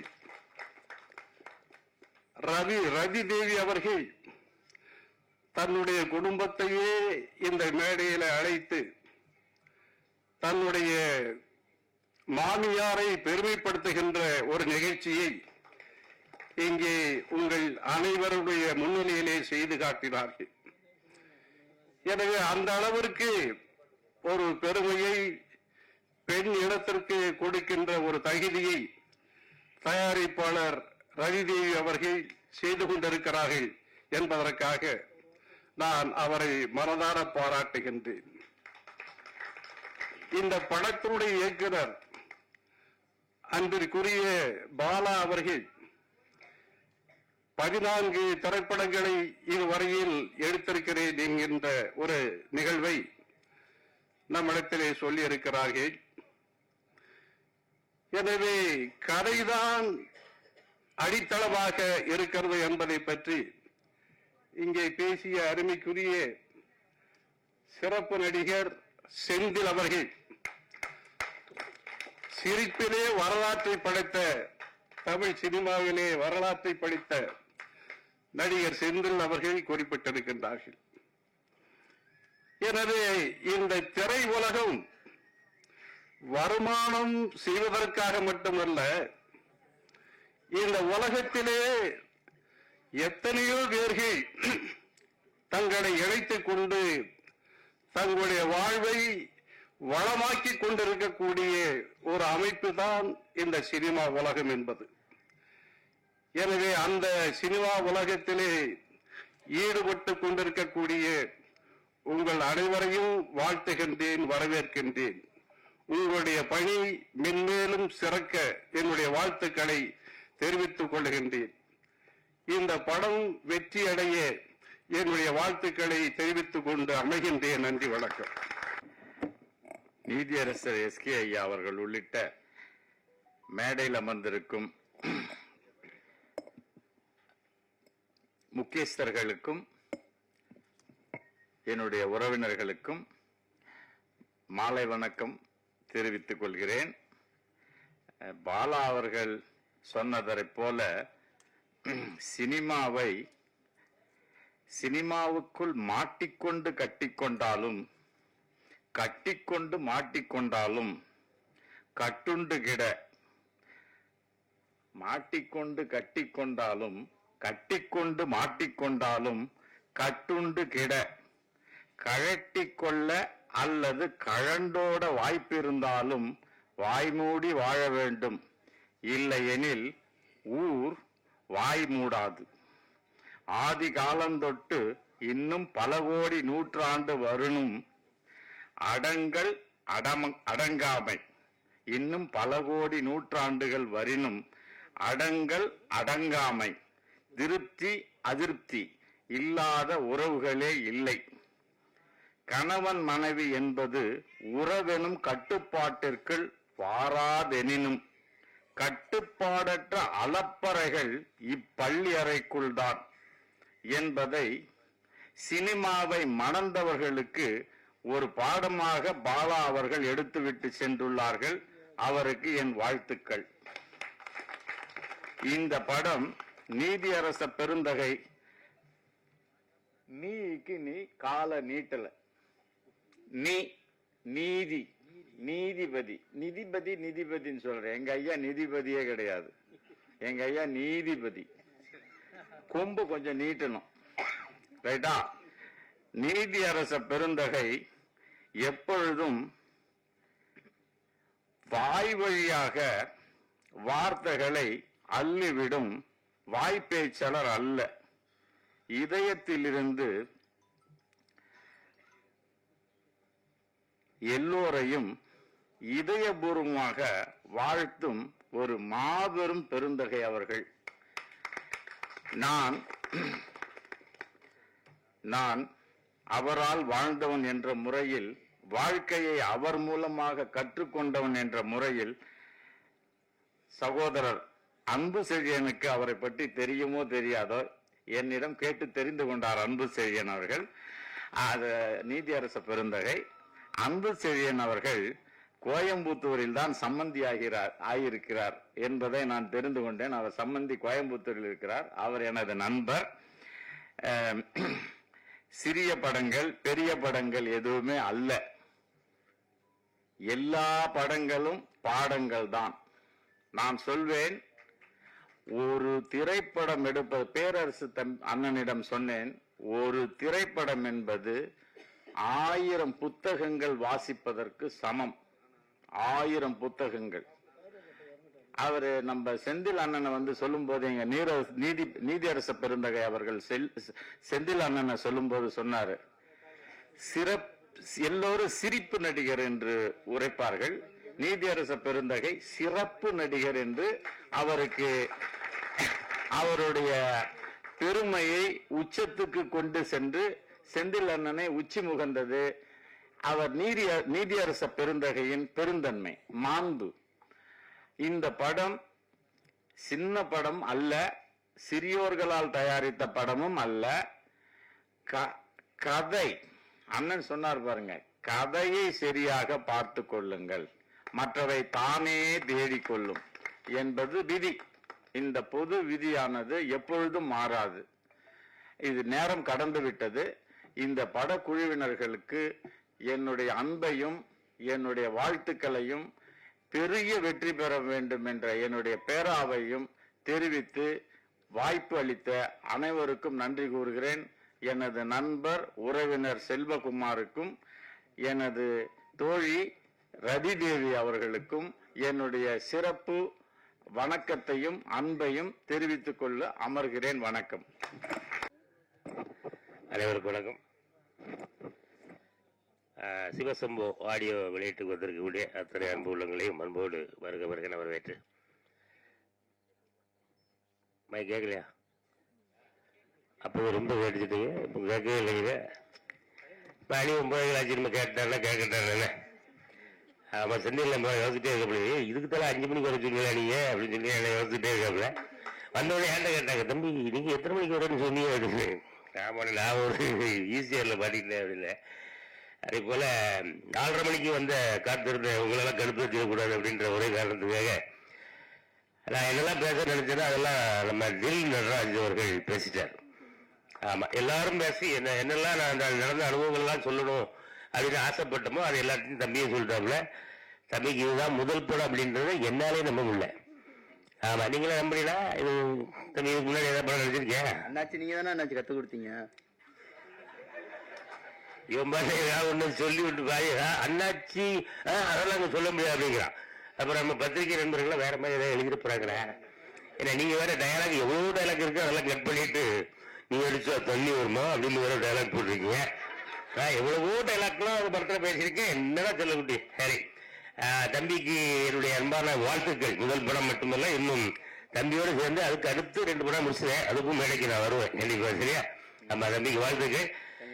அப்ப அடுத்தபடியா இயக்குனர் பகவதி பாலானே நிறைய உண்மைகள் இன்னைக்கு சினிமா எவ்வளவு விஷயங்களை கடந்து டிராவல் பண்ணிட்டு இருக்குங்கிறத ரொம்ப அழகா மக்களுக்கு எல்லா மக்களும் இந்த விஷயத்தை கேட்கறவங்க எனக்கே அது சில விஷயங்கள்லாம் புதுசா இருக்கு. அந்த சென்சார் 2.5 லட்சம் அந்த விஷயங்கள்லாம் ஒரு சிறு படத்தை தயாரிக்கக்கூடிய தயாரிப்பாளர்களுக்கும் இயக்குநர்களுக்கும் அது எவ்வளவு பெரிய சவாலான ஒரு விஷயம் அப்படிங்கிறத ரொம்ப யதார்த்தமா சொன்னீங்க.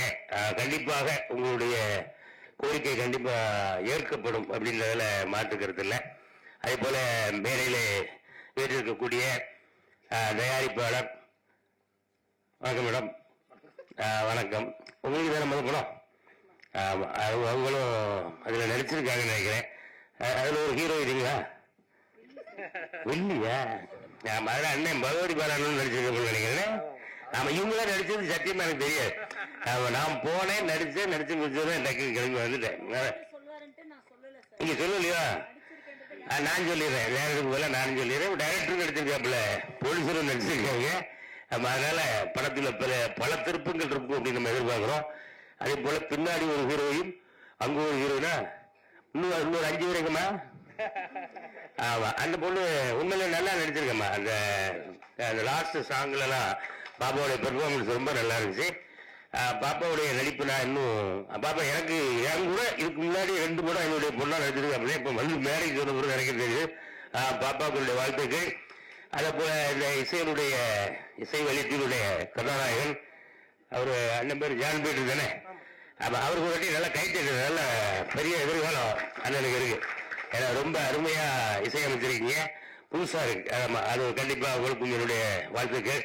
அதே போல வாழ்த்தி அமர்ந்திருக்கக்கூடிய நீதிபதிகள், மரியாதைக்குரிய நீதிபதிகளை அவர்களுக்கு என்னுடைய அன்பான நன்றி. அந்த படத்துல ஒரு பெரிய ஜாம்பவான் யார் அப்படின்னா நம்ம அண்ணன் செந்தில்.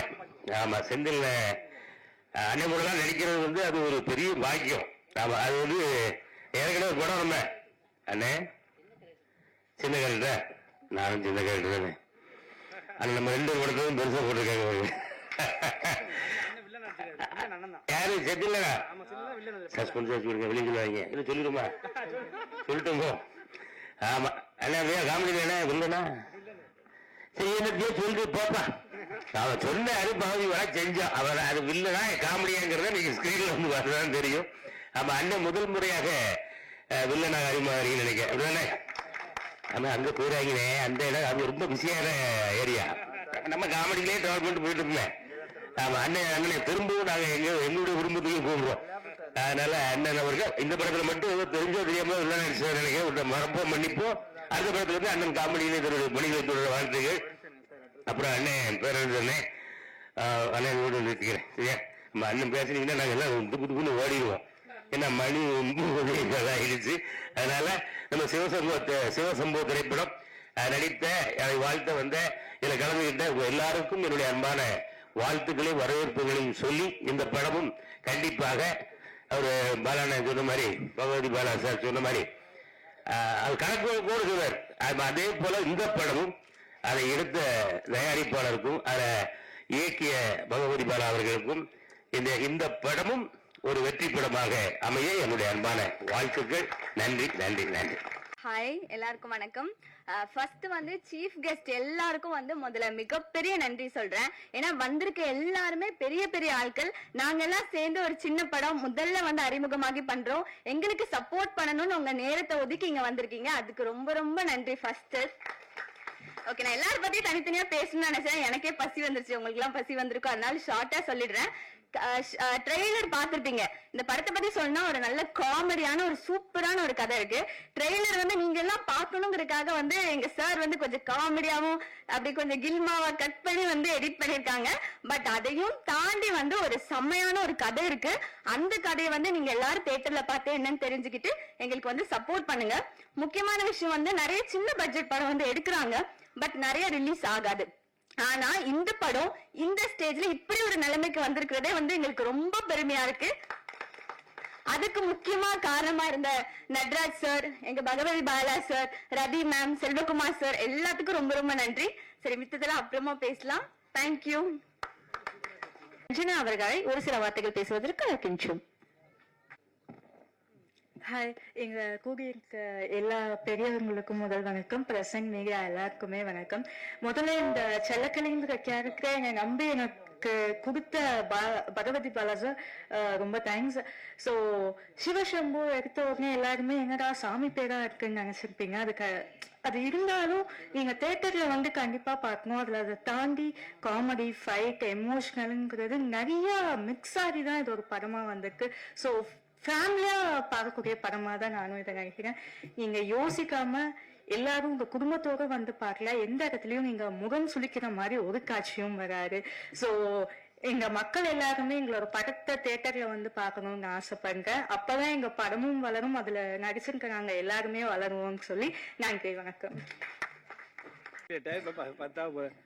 வணக்கம். மேல அனைத்து நீதிபதி ஐயா அவர்களுக்கும் வணக்கம். ஏன்னா நான் எத்தனை பங்க்ஷன்ல கலந்துருக்கேன். இந்த பங்க்ஷன் தான் மொத்த நீதி அரசியலுமே பார்த்துருக்காங்க. அப்புறம் மொத்தம் கூடவே எதுக்கு 2 பேர் பேசும், மொத்தமே நீதி அரசு வந்துட்டு போக. ஏன்னா அந்த அளவுக்கு எல்லாருமே பெரிய ஆளை கூட்டுற பாலா, பகுதி பாலா. இந்த சிவசம்பவ படத்தை சொல்லணும்னா இது ஒரு பெரிய கதையை சொல்ல டைம் இல்லை. ஆக்சுவலாக இந்த சிவசம்பவ கதை வந்து பகவதி பாலா வந்து தயாரிப்பாளர் சங்கத்தில் பதிவு பண்ணியிருந்தாரு. அதே ரதி வந்து நம்ம சங்கத்திலே பதிவு பண்ணாங்க. அதை வந்து டைரக்டர் சி சுந்தர் தான் இந்த படத்தை வந்து பதிவு பண்ணியிருக்காரு, சிவசம்பவ். அப்போ பகவதி பாலா சொல்ல, அண்ணா நம்ம பண்ணியாச்சுன்னா இந்த படத்தை வந்து வேற கொடுக்க முடியாது அப்படின்ட்டாரு. உடனே ரதி இல்லைன்னு நீங்கள் எப்படியாவது நீங்கள் அதை விடக்கூடாது, எங்களுக்கு தான் வேணும் அப்படின்னால நான் உடனே தயாரிப்பு சங்கத்தில் தினேஷ் பேசினேன். அவன் என்ன சொன்னா, அண்ணா சார் இது மாதிரி சி சுந்தர் வச்சிருக்காரு, ஒன்றும் பண்ண முடியாது அப்படின்னால. இல்லைப்பா அவங்க விட முடியாண்டா என்ன கேளுங்க. அப்போ உடனே சி சுந்தர்கிட்ட பேசினோடனே அவர் உடனே கொடுத்துருங்க அப்படின்ட்டாரான். இதுதாங்க பெரிய டைரக்டர், இதுதான் பெருந்தன்மை. இதுக்கு மேலே என்ன வேணும்? அதனால இந்த நிகழ்ச்சி மெயின் சி சுந்தர் சார் ஒரு என்னுடைய மரியாதை கேட்டுக்கிறேன். ஏன்னா அசால்ட்டா கொடுத்துருங்க அப்படின்ட்டார். இப்ப அவர் வந்து மூக்குத்தி அம்மன் 2 வச்சுட்டார், ஒரு வாரத்துல போயிச்சேன். ஏன் கேட்டீங்கன்னா இந்த விட்டு கொடுக்கறத ஒருத்தன் ஜெயிக்கிறது காரணம். ஏன்னா நான் 3 நாளைக்கு முன்னாடி சொன்னேன், வாழ்க்கையில ஃபர்ஸ்ட் கஷ்டப்படணும், அதுக்கப்புறம் நஷ்டப்படணும், அதுக்கப்புறம் தான் ஜெயிக்க முடியும். இது எல்லாருக்கும் தெரியும். யாரு இது வந்து நான் சொன்னா சாதாரண, இதே ரஜினிகாந்த் சொன்னா கமல் சொன்னா பெருசா பேசுவாங்க. அதனால இன்னைக்கு கஷ்டப்பட்டு தான் இன்னைக்கு வந்து பகவதி பாலா வந்து நான் சொன்ன பார்த்தீங்களா, ராமநாதன் வந்து வருஷத்துக்கு எப்படி குறைஞ்சது ஒரு 6-7 படம் எடுப்பாரு. எல்லாமே குரங்கு, நாய், புலி, கொக்கு, குருவி வச்சு எடுப்பாரு, ஜெயிச்சுட்டு இருப்பாரு. இப்ப அதே மாதிரி பாலா பாத்தீங்கன்னா சிறு படம் தான் குறைஞ்சு போனா ஒரு 40 லட்சம் 50 லட்சத்துக்கு மேல தாண்டே கிடையாது. இப்ப இந்த படம் புரியல இல்லை அதை சொல்லலைங்க. அம்மனை சொல்றேன். நான் வருஷத்துக்கு 4 படம் சொன்னது காரணம் என்ன, எனக்கு தெரிஞ்சு நான் வந்து 89 வந்து சினிமாவுக்கு, அதுக்கப்புறம் எல்லாம் 10 பேர் வந்துட்டான்னு தெரியாது. எனக்கு தெரிஞ்சு ராமநாதன் சார் படத்தில் நிறைய போய் பார்ப்பேன். சாரிகிராம் ஃபுல்லாக எடுத்துருப்பாரு, அழகு பாஸ் ஃபுல்லாக எடுத்துருப்பாரு. அதுக்கப்புறம் பகவத் பாலா இருக்கிறது வந்து நான் தெளிவாக சொல்றேன். என்ன காரணம், எப்படின்னா அந்த கஷ்டப்பட்ட விட விடாம அவர் ஜெயிக்கிறாரு, தோக்குறாரு, பணம் வருது வரல, எடுத்துட்டு இருக்காரு பாருங்க. அதுதாங்க சினிமா, அதுதான் சினிமா. ஏன்னா ஜெயிக்கணும்னு நினைக்கிறேன் என்னைக்குமே தோக்க மாட்டான், ஏமாத்த நினைக்கிறேன் என்னைக்குமே ஜெயிக்க மாட்டான் சினிமாவில். நான் சொல்றது எவனு சொல்ல மாட்டேன். அதனால இன்னைக்கு எல்லாம் இன்னைக்கு நீதி அரசு வந்திருக்காருன்னா யாருக்கா வந்திருக்காங்க, இந்த ரவி தேவிக்கா வந்திருக்காங்க, பாலாக்கா வந்திருக்காங்க, சிவகுமார் சார். என்ன காரணம், இன்னைக்கு ஒரு நீதி அரசர் வந்து இன்னைக்கு ஒரு சினிமா துறைக்கு வந்து நம்ம அது ஒன்றும் இல்லை, 4 பேர் வந்துருக்காங்கன்னா இதை விட நம்ம ஒன்றும் இல்லைங்க, இதுதாங்க சினிமா. அந்த ஒரு நீதி அரசர் ஒரு மீடியாவுக்கு வந்து நம்மளை கலந்து ஒரு சினிமாவுக்கு வர்றாங்கன்னா நம்ம நேர்மையாக இருந்தால் இன்னைக்குமே ஜெயிக்கலாம், யாராலையும் தோக்க முடியாது. நான் 89 வந்து இன்னைக்கு நான் வந்து இன்னைக்கு தமிழ்நாடு இன்னைக்கு கேட்டா பார்த்தா கருணா கேட்டா அப்படின்ட்டேன். அந்த சங்கத்தை எடுத்து 1100 பேர் அவ்வளோ பேர் வந்துட்டாங்க. ஏன்னா நான் எவனுக்குமே போய் சொல்றது இல்லை, யாருக்கு இல்லை. வந்தியா 1/2 மணி நேரம் சென்சார், அதுக்கப்புறம் பகுபால் சொன்னாப்புல இந்த மாதிரி இதில் சென்சார்லாம் பயங்கரமாக ஏறி போச்சுன்னு. அது தமிழ்நாட்டில் இல்லை, இந்தியாவில் மொத்த அசோசியேஷன் ஒன்று சேரணும், மொத்த மாநிலமும் சேர்ந்து கோரிக்கை வச்சா மட்டுமே தான் அதை மாற்ற முடியும். ஏன்னு கேட்டால் இன்னைக்கு மாற்றுத்திறனாளிகள் காது யாரும் சொல்லி அதுக்கு ஒரு இது வந்து சொல்லி கீப்பில் எல்லாம் சொல்றாங்க. அதெல்லாம் என்ன பண்ணணும்னா நம்மள ஒன்று சொல்லணும், இன்னும் தயார்பாடு சொன்னோம், தயார்பாடு ஒன்று சேர்ந்து ஒரு கோரிக்கை வைக்கணும். அது கேரளா கர்நாடகா மொத்த மாநிலம் ஒன்று சேர்ந்து பண்ணா மட்டும்தான் பண்ண முடியும். இப்போ நான் மட்டும் தனியாக மெயில் அமைச்சுன்னு வச்சுக்கலாம், அது 3ஆவது போட்டுருவாங்க. அதனால சினிமாவில் வந்து வாழ்க்கையில் ஜெயிக்கணும்னா பகவத் பாலா எல்லாம் கற்றுக்குங்க. ஏன்னா ஒரேவா சொன்னாப்புல நான் இப்படிதான் வந்தேன் அப்படி. ஏன்னா நான் சொன்ன தோற்றுதான் ஜெயிக்க முடியுங்க யாரும் சரி. அதனால இந்த படம் மிகப்பெரிய வெற்றி அடையினா காரணம் என்ன, நான் சொன்ன சுந்தர்சி வந்து அசால்ட்டா விட்டு கொடுத்தாருன்னு அந்த மாதிரி. அப்புறம் ஒரு சின்ன விஷயம், இந்த ட்ராக்னு ஒரு படம் பார்த்தேன், அண்ணா செந்திரன் சொன்னாரு கதைன்னு. தயவு செய்து யாராவது படம் பார்க்கலன்னா ட்ராக்னுங்கிற படத்தை பாருங்க. அவன் தனுஷை விட சூப்பரா இருக்கான் பையன், தனுஷை அதை விட்டுருங்க. ஆனா அந்த படத்தை பார்த்தீங்கன்னா ஒரு செகண்ட் கூட, அண்ணா அது 30 கோடி ரூபா, நம்மளால எடுத்து 30 லட்சம் ரூபா, நான் அதோட ஈக்குவல் பண்ணல. ஆனா அந்த கதையை பார்த்தீங்கன்னா ஒரு செகண்ட் கூட போர் அடிக்காம பாருங்க. இன்னைக்கு வந்து அந்த கதை என்னன்னா, அப்பா அம்மாவை ஏமாத்தாதீங்க, அப்பா அம்மாவிட்ட போய் சொல்லாதீங்க. நான் வந்து இந்த கஷ்டத்தை வந்து இப்படி இருக்குன்னா அவன் சினிமாவில் எடுத்திருக்கான். ஆனா இந்த வாழ்க்கையில பசங்க முடியும் என்ன பண்றாங்க, அப்பா அம்மாட்ட போய் சொல்லி நீ 10,000 கூட 5,000 கூட 5,000 கூட சொல்லி பசங்க நம்பி எல்லாத்தையும் கொடுத்து கடைசியா ஏமாந்து கடைசியா ஜெயிலுக்கு போறான். அந்த மாதிரி ஒரு கதையை கொடுத்து நான் என்னமே இருக்கா சொல்லி எடுத்து பெரிய ஜெயிச்சிருக்கான். அவன் என்னமே படத்தில் அவன் சினிமாவில் யாராலையும் அழிக்க முடியாது, எழுதி வச்சுங்க. பிரதீப் ரங்கநாதனை சினிமாவில் அவனால யாராலையும் அழிக்க முடியாது. நின்றுட்டான் அவன் எங்கேயோ போயிட்டு. நான் வந்து இவ்வளவு தெளிவா சொல்றாருன்னா யாரும் அழிக்க முடியாது, அவளை அறிவிப்பான். அந்த மாதிரி பகவத் பாலா வருஷத்துக்கு 4 படம் எடுத்துருக்காப்புல, எடுத்துக்கிட்டே இருக்கணும். இதே மாதிரி நீதி அரசெல்லாம் வரணும். எனக்கு டைம் இல்லை, இதுக்கு மேலே அதிகம் பேச முடியாது. வந்திருக்காரு. நன்றி, வணக்கம். வணக்கம். மாலை நேரத்திலே ஆரம்பித்து இரவு நேரத்தை நோக்கி நடைபெற்று கொண்டிருக்கும் இந்த இசை வெளியீட்டு விழா தலைவர் மேடையில் அனைவரும் தலைவராகவே நான் கருதுகிறேன்.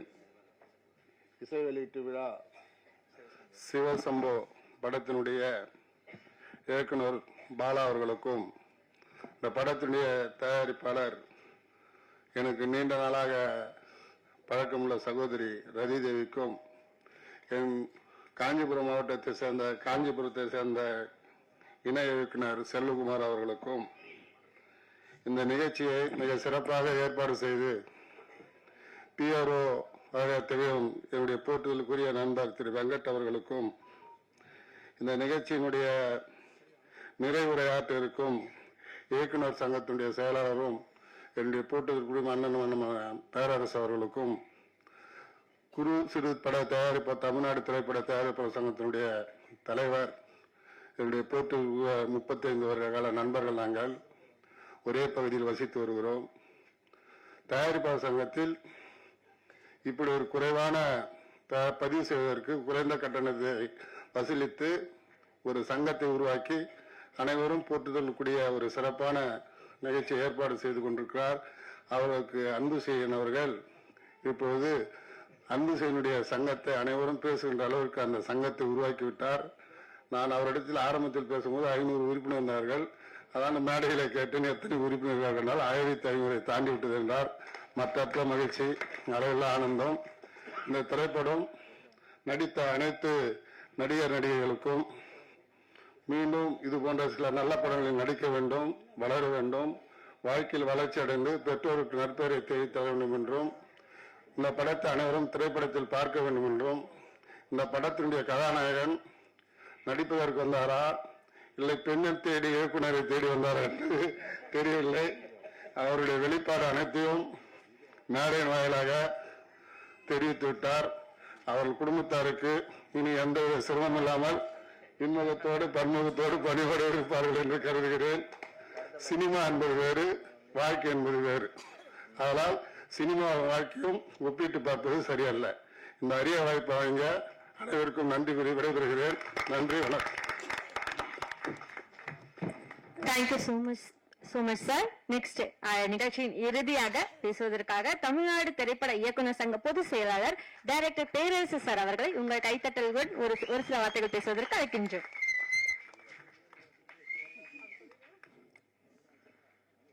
அனைவருக்கும் வணக்கம். இந்த சபையில் கொஞ்சம் ரொம்ப உஷாராக பார்த்து பேச வேண்டியிருக்கு. ஏன்னா என் நீதி அரசர்கள் அமர்ந்திருக்காங்க. ஆமாம், அது மட்டும் இல்லாமல் இங்கே அண்ணன் கருணாகரன் அவர்களும் அமர்ந்திருக்காங்க. ஆமாம், அரசியல் சார்ந்தவங்க கொஞ்சம் உஷாராக பேசணும். ஆமாம், கரெக்டாக குறிப்பிட்டாரு, நீதி அரசுன்னு சொல்லுங்க, நிதி அரசுன்னு சொல்லாதீங்கன்ட்டு. ரெண்டுக்கு ரொம்ப வேறுபாடு. நீதி அரசுங்கிறது நமக்கானவங்க, தர்மத்துக்கானவங்க, நீதிக்கானவங்க. நிதி அரசுங்கிறது தெரியும் உங்களுக்கு, டோட்டலாக அப்படியே ஆப்போசிட் அவங்க. அதனால் ரொம்ப நீங்கள் கவனமாக சொல்லணும். ஆமாம், நிதி அரசு நிறையா ஒரு நாட்டில் நிறைஞ்சிருக்காங்க, நீதி அரசு கம்மியாக இருக்காங்க.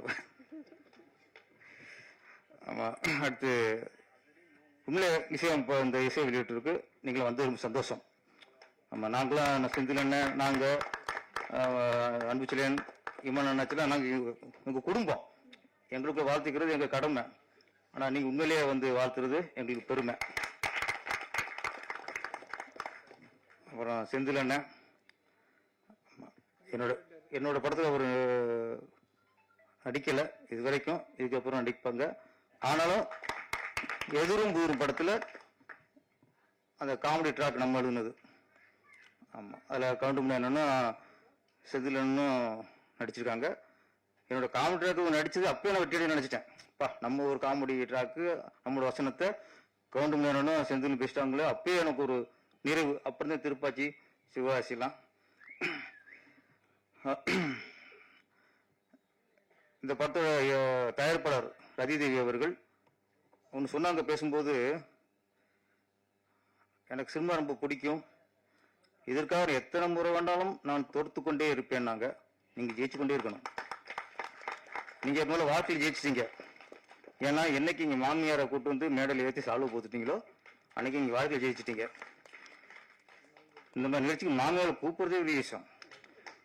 அதில் மேடையில் ஏற்றி சால்வு போத்தி அப்போ சரியான ஒரு வீரப்பெண்ணு சொல்லலாம், ஆளுமைன்னு சொல்லலாம், இது மிகப்பெரிய வெற்றியும் சொல்லலாம். அதனால கண்டிப்பா நீங்க வாழ்க்கையிலே இந்த அளவுக்கு ஒரு சிங்கப்பெண்ணு சொல்லலாம், என்னன்னு சொல்லலாம் உங்களை. அப்படி கண்டிப்பா நீங்க சினிமால வெற்றி அடைஞ்சிருவீங்க. ஹீரோ ரொம்ப ஃபீல் பண்ணாரு, கதாநாயகி பாவம் அவரும் பில்டப் பண்ணியிருக்காரு. ஆனா பகவதி பாலா வந்து ஒரு கௌரவமான இயக்குனர். ஏன்னா ஃபர்ஸ்டே உன்னத ஹீரோ நிறுத்திட்டா ஏதோ விமர்சனம் பண்ணுவாரோ, கலர் சரியில்லை, உயரம் சரியில்லை, அவளுக்கு நான் நினைச்ச மாதிரி இல்லை, இப்படிலாம் சொல்லி வரேன்ட்டு ஃபர்ஸ்ட் 35 வயசுல ஒன்று, அப்புறம் 40 வயசுல ஒன்று, இப்படி காட்டி காட்டி கடைசியா எதை கட்டினாலும் ஓகேன்னு சொல்ற அளவு கொண்டு வந்துட்டு கடைசி காட்டியிருக்காரு. அவரும் ஒன்றும் சொல்ல முடியாது. ஏன்னா 30, 40 இப்பதானே 18, 20 வயசுல காட்டுறாரு, ஓகேன்ட்டார். அதனால அங்கேயே நம்ம இயக்குனர் கௌரவமான ஆளா இருக்காரு. இதெல்லாம் ஏமாட்டாப்லையா. ஆனா உங்க கண்ணுக்கு அப்படி இருக்கலாம், எங்க கண்ணுக்கு ஹீரோனு கலையா இருக்கு, ரொம்ப கலையா இருக்கு. இந்த மாப்பிள்ளை பார்ப்பாங்க, நம்மளுக்கு 20 வயசுல பார்ப்பாங்க. பையன் போவான், மாப்பிள்ளை பார்க்க போவான். போனா பார்த்துட்டு பொண்ணு கொஞ்சம் உயரம் கம்மி வந்துடுவான். அப்புறம் 22 வயசுல போய் பொண்ணு பார்ப்பான், அந்த அளவுக்கு கலர் இல்லை அப்படின்னு வந்துடுவான். அப்புறம் 30 வயசுல காட்டுவாங்க, இப்போ பார்ப்பான், இல்லை ரொம்ப கொஞ்சம் கொஞ்சம் குண்டா இருக்கு அப்படின்னு வந்துடுவான். இப்படியே போயிட்டு இருக்கும். 30 வயசுக்கு மேல இவனை பொண்ணு வாக்கு கூப்பிட மாட்டாங்க. ஏன்னா மாப்பிள்ள வயசு 35 கூப்பிட மாட்டாங்க. அதுக்கப்புறம் ஏதோ ஒரு பொண்ணை பார்க்கும்போது அப்ப என்ன மனநிலை வருமா, ஏதோ பொண்ணு கிடைச்சா போதும் அப்படி நிலம் வரும்போது 36 30 வயசு உட்காருவாரு, பொண்ணு வரும், வரும்போது ஓகேப்பாப்ல. அது மாதிரி 38 வயசுல பொண்ணு பார்த்த கதை தான் நம்ம தில் நட்ராஜ் கதை. இன்னும் அது கொஞ்சம் அந்த ரொம்ப பாதிப்புல இருக்காரு. இந்த படத்துக்கு வெற்றிக்கு அப்புறம் தான் ஓஹோ அப்படின்ட்டு அவருக்கு அது கூட பிரச்சனை இல்லை. கிளைமாக்ஸ்ல நம்மள வந்து பொண்ணு காப்பாத்திருச்சு. உலகத்தை காப்பாத்துற பொண்ணுதாயா. நம்மள 10 மாசம் சுமந்து பெத்து உலகத்தை கொண்டு வந்ததே பொண்ணுதான். பொண்ணை விட ஒரு ஆணை நேசிக்க முடியாது. மனைவி விட அக்கறை வந்து வேற எந்த பெண்ணுக்கு இருக்காது. அக்கா தங்கச்சி மாதிரி பாசம் வேற எங்கேயுமே இருக்காது. எல்லாத்துலயும் பெண்கள் தான். அதனால பெண்கள் காப்பாத்துனா அது இங்க பாக்கியம் நினைங்க முதல்ல. அப்புறம் இந்த படம் மச்சினிச்சு வச்சுக்கலாமா? மச்சினிச்சுன்னா கட்டிக்க வேண்டியானே, அதெல்லாம் வச்சுக்கிறியே. தமிழ்நாட்டு நிறைய பேருக்கு வச்சுக்கிறது தான் போதை. கட்டிக்கிறது ஒண்ணு, இப்போ வச்சுக்கிறது ஒண்ணு. அது மாதிரி யாரு கவிஞர் அது? அதான் டைரக்டர் வேலை பண்ணுவாங்க. அவர் ஹீரோயினி, ஒரு ஹீரோ மச்சினிச்சு கூப்பிட்டு தப்பே இல்லை. வச்சுக்கணும் அர்த்தம், கட்டிக்கிட்டு வச்சுக்குங்க. ஓகே. அப்புறம் இந்த படத்துல அப்புறம்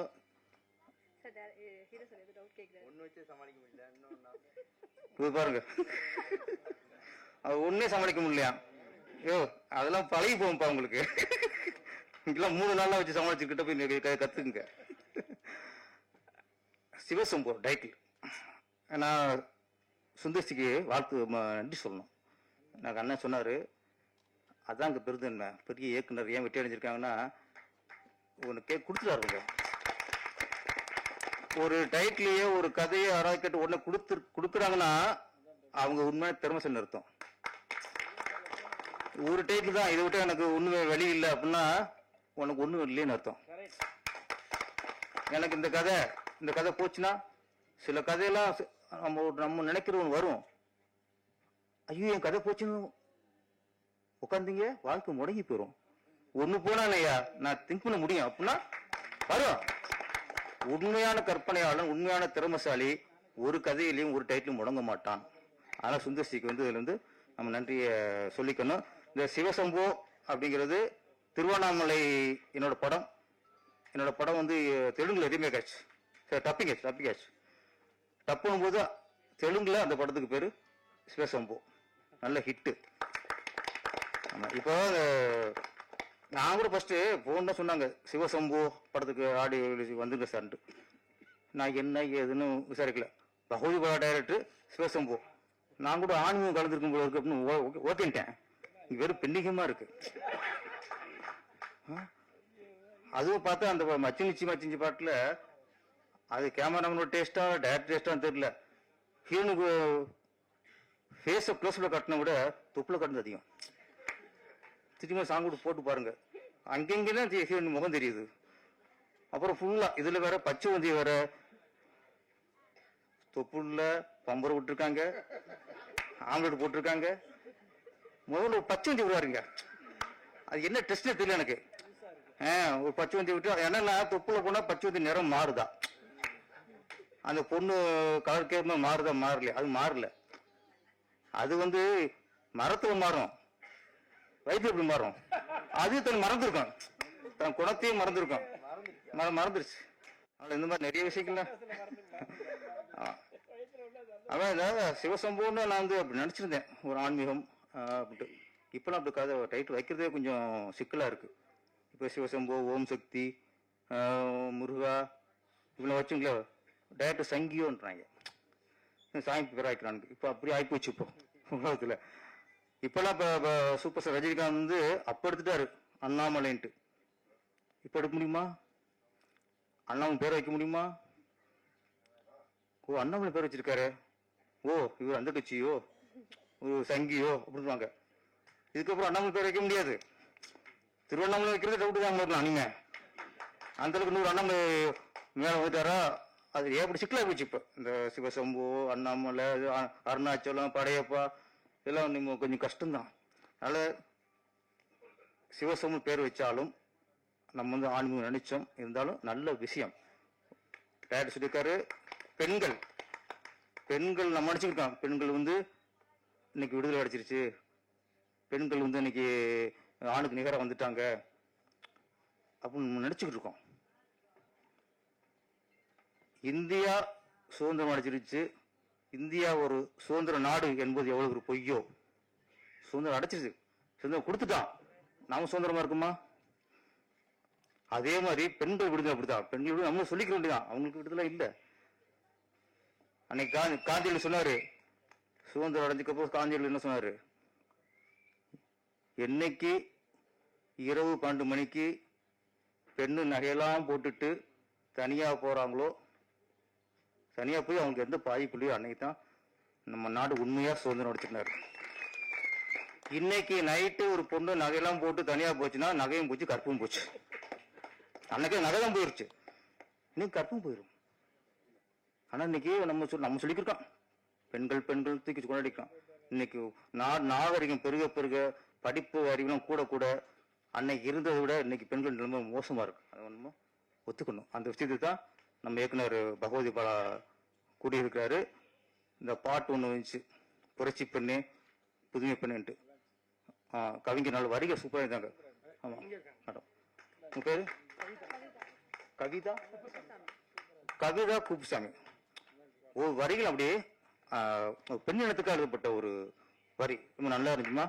எனக்கு அந்த பாட்டை பார்க்கும்போது புதுமை பெண் இயக்குனர் இமயம் பாரதிராஜா அவர்கள் இயக்கிய புதுமை பெண் படத்துல ஓ ஒரு தென்றல் புயலாகி வருதே, காலதேவனின் தருமை எல்லைகள் மீறுகின்றதோ, அந்த எஃபெக்ட்.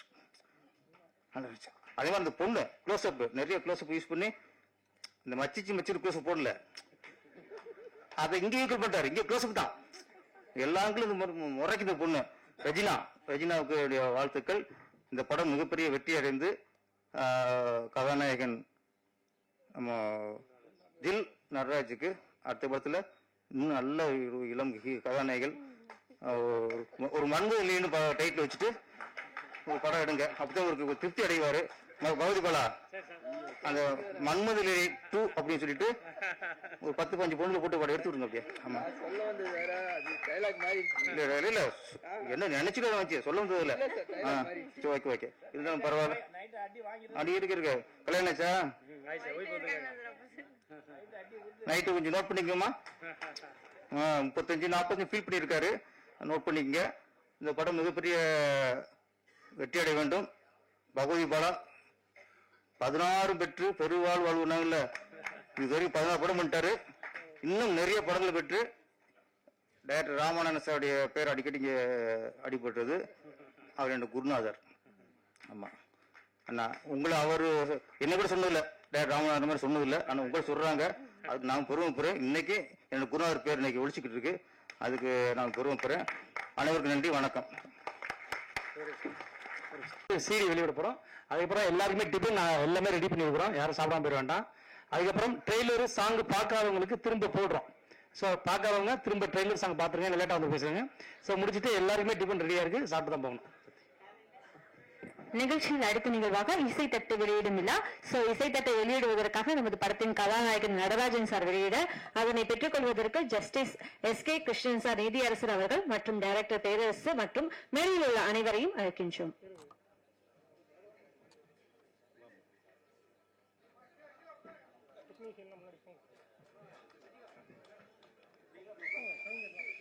சோ இந்த நிகழ்ச்சிக்கு பிறகு மீண்டும் ட்ரெய்லர் மற்றும் நம்மளோட படத்தின் பாடல்கள் வெளியிட போறாங்க. சோ யாரெல்லாம் பார்க்கலையோ எல்லாரும் மறுபடியும் பார்க்கலாம். இது முடிஞ்சதுக்கு அப்புறம் இரவு டின்னர், அதாவது நைட் டின்னர் ரெடியா இருக்கு.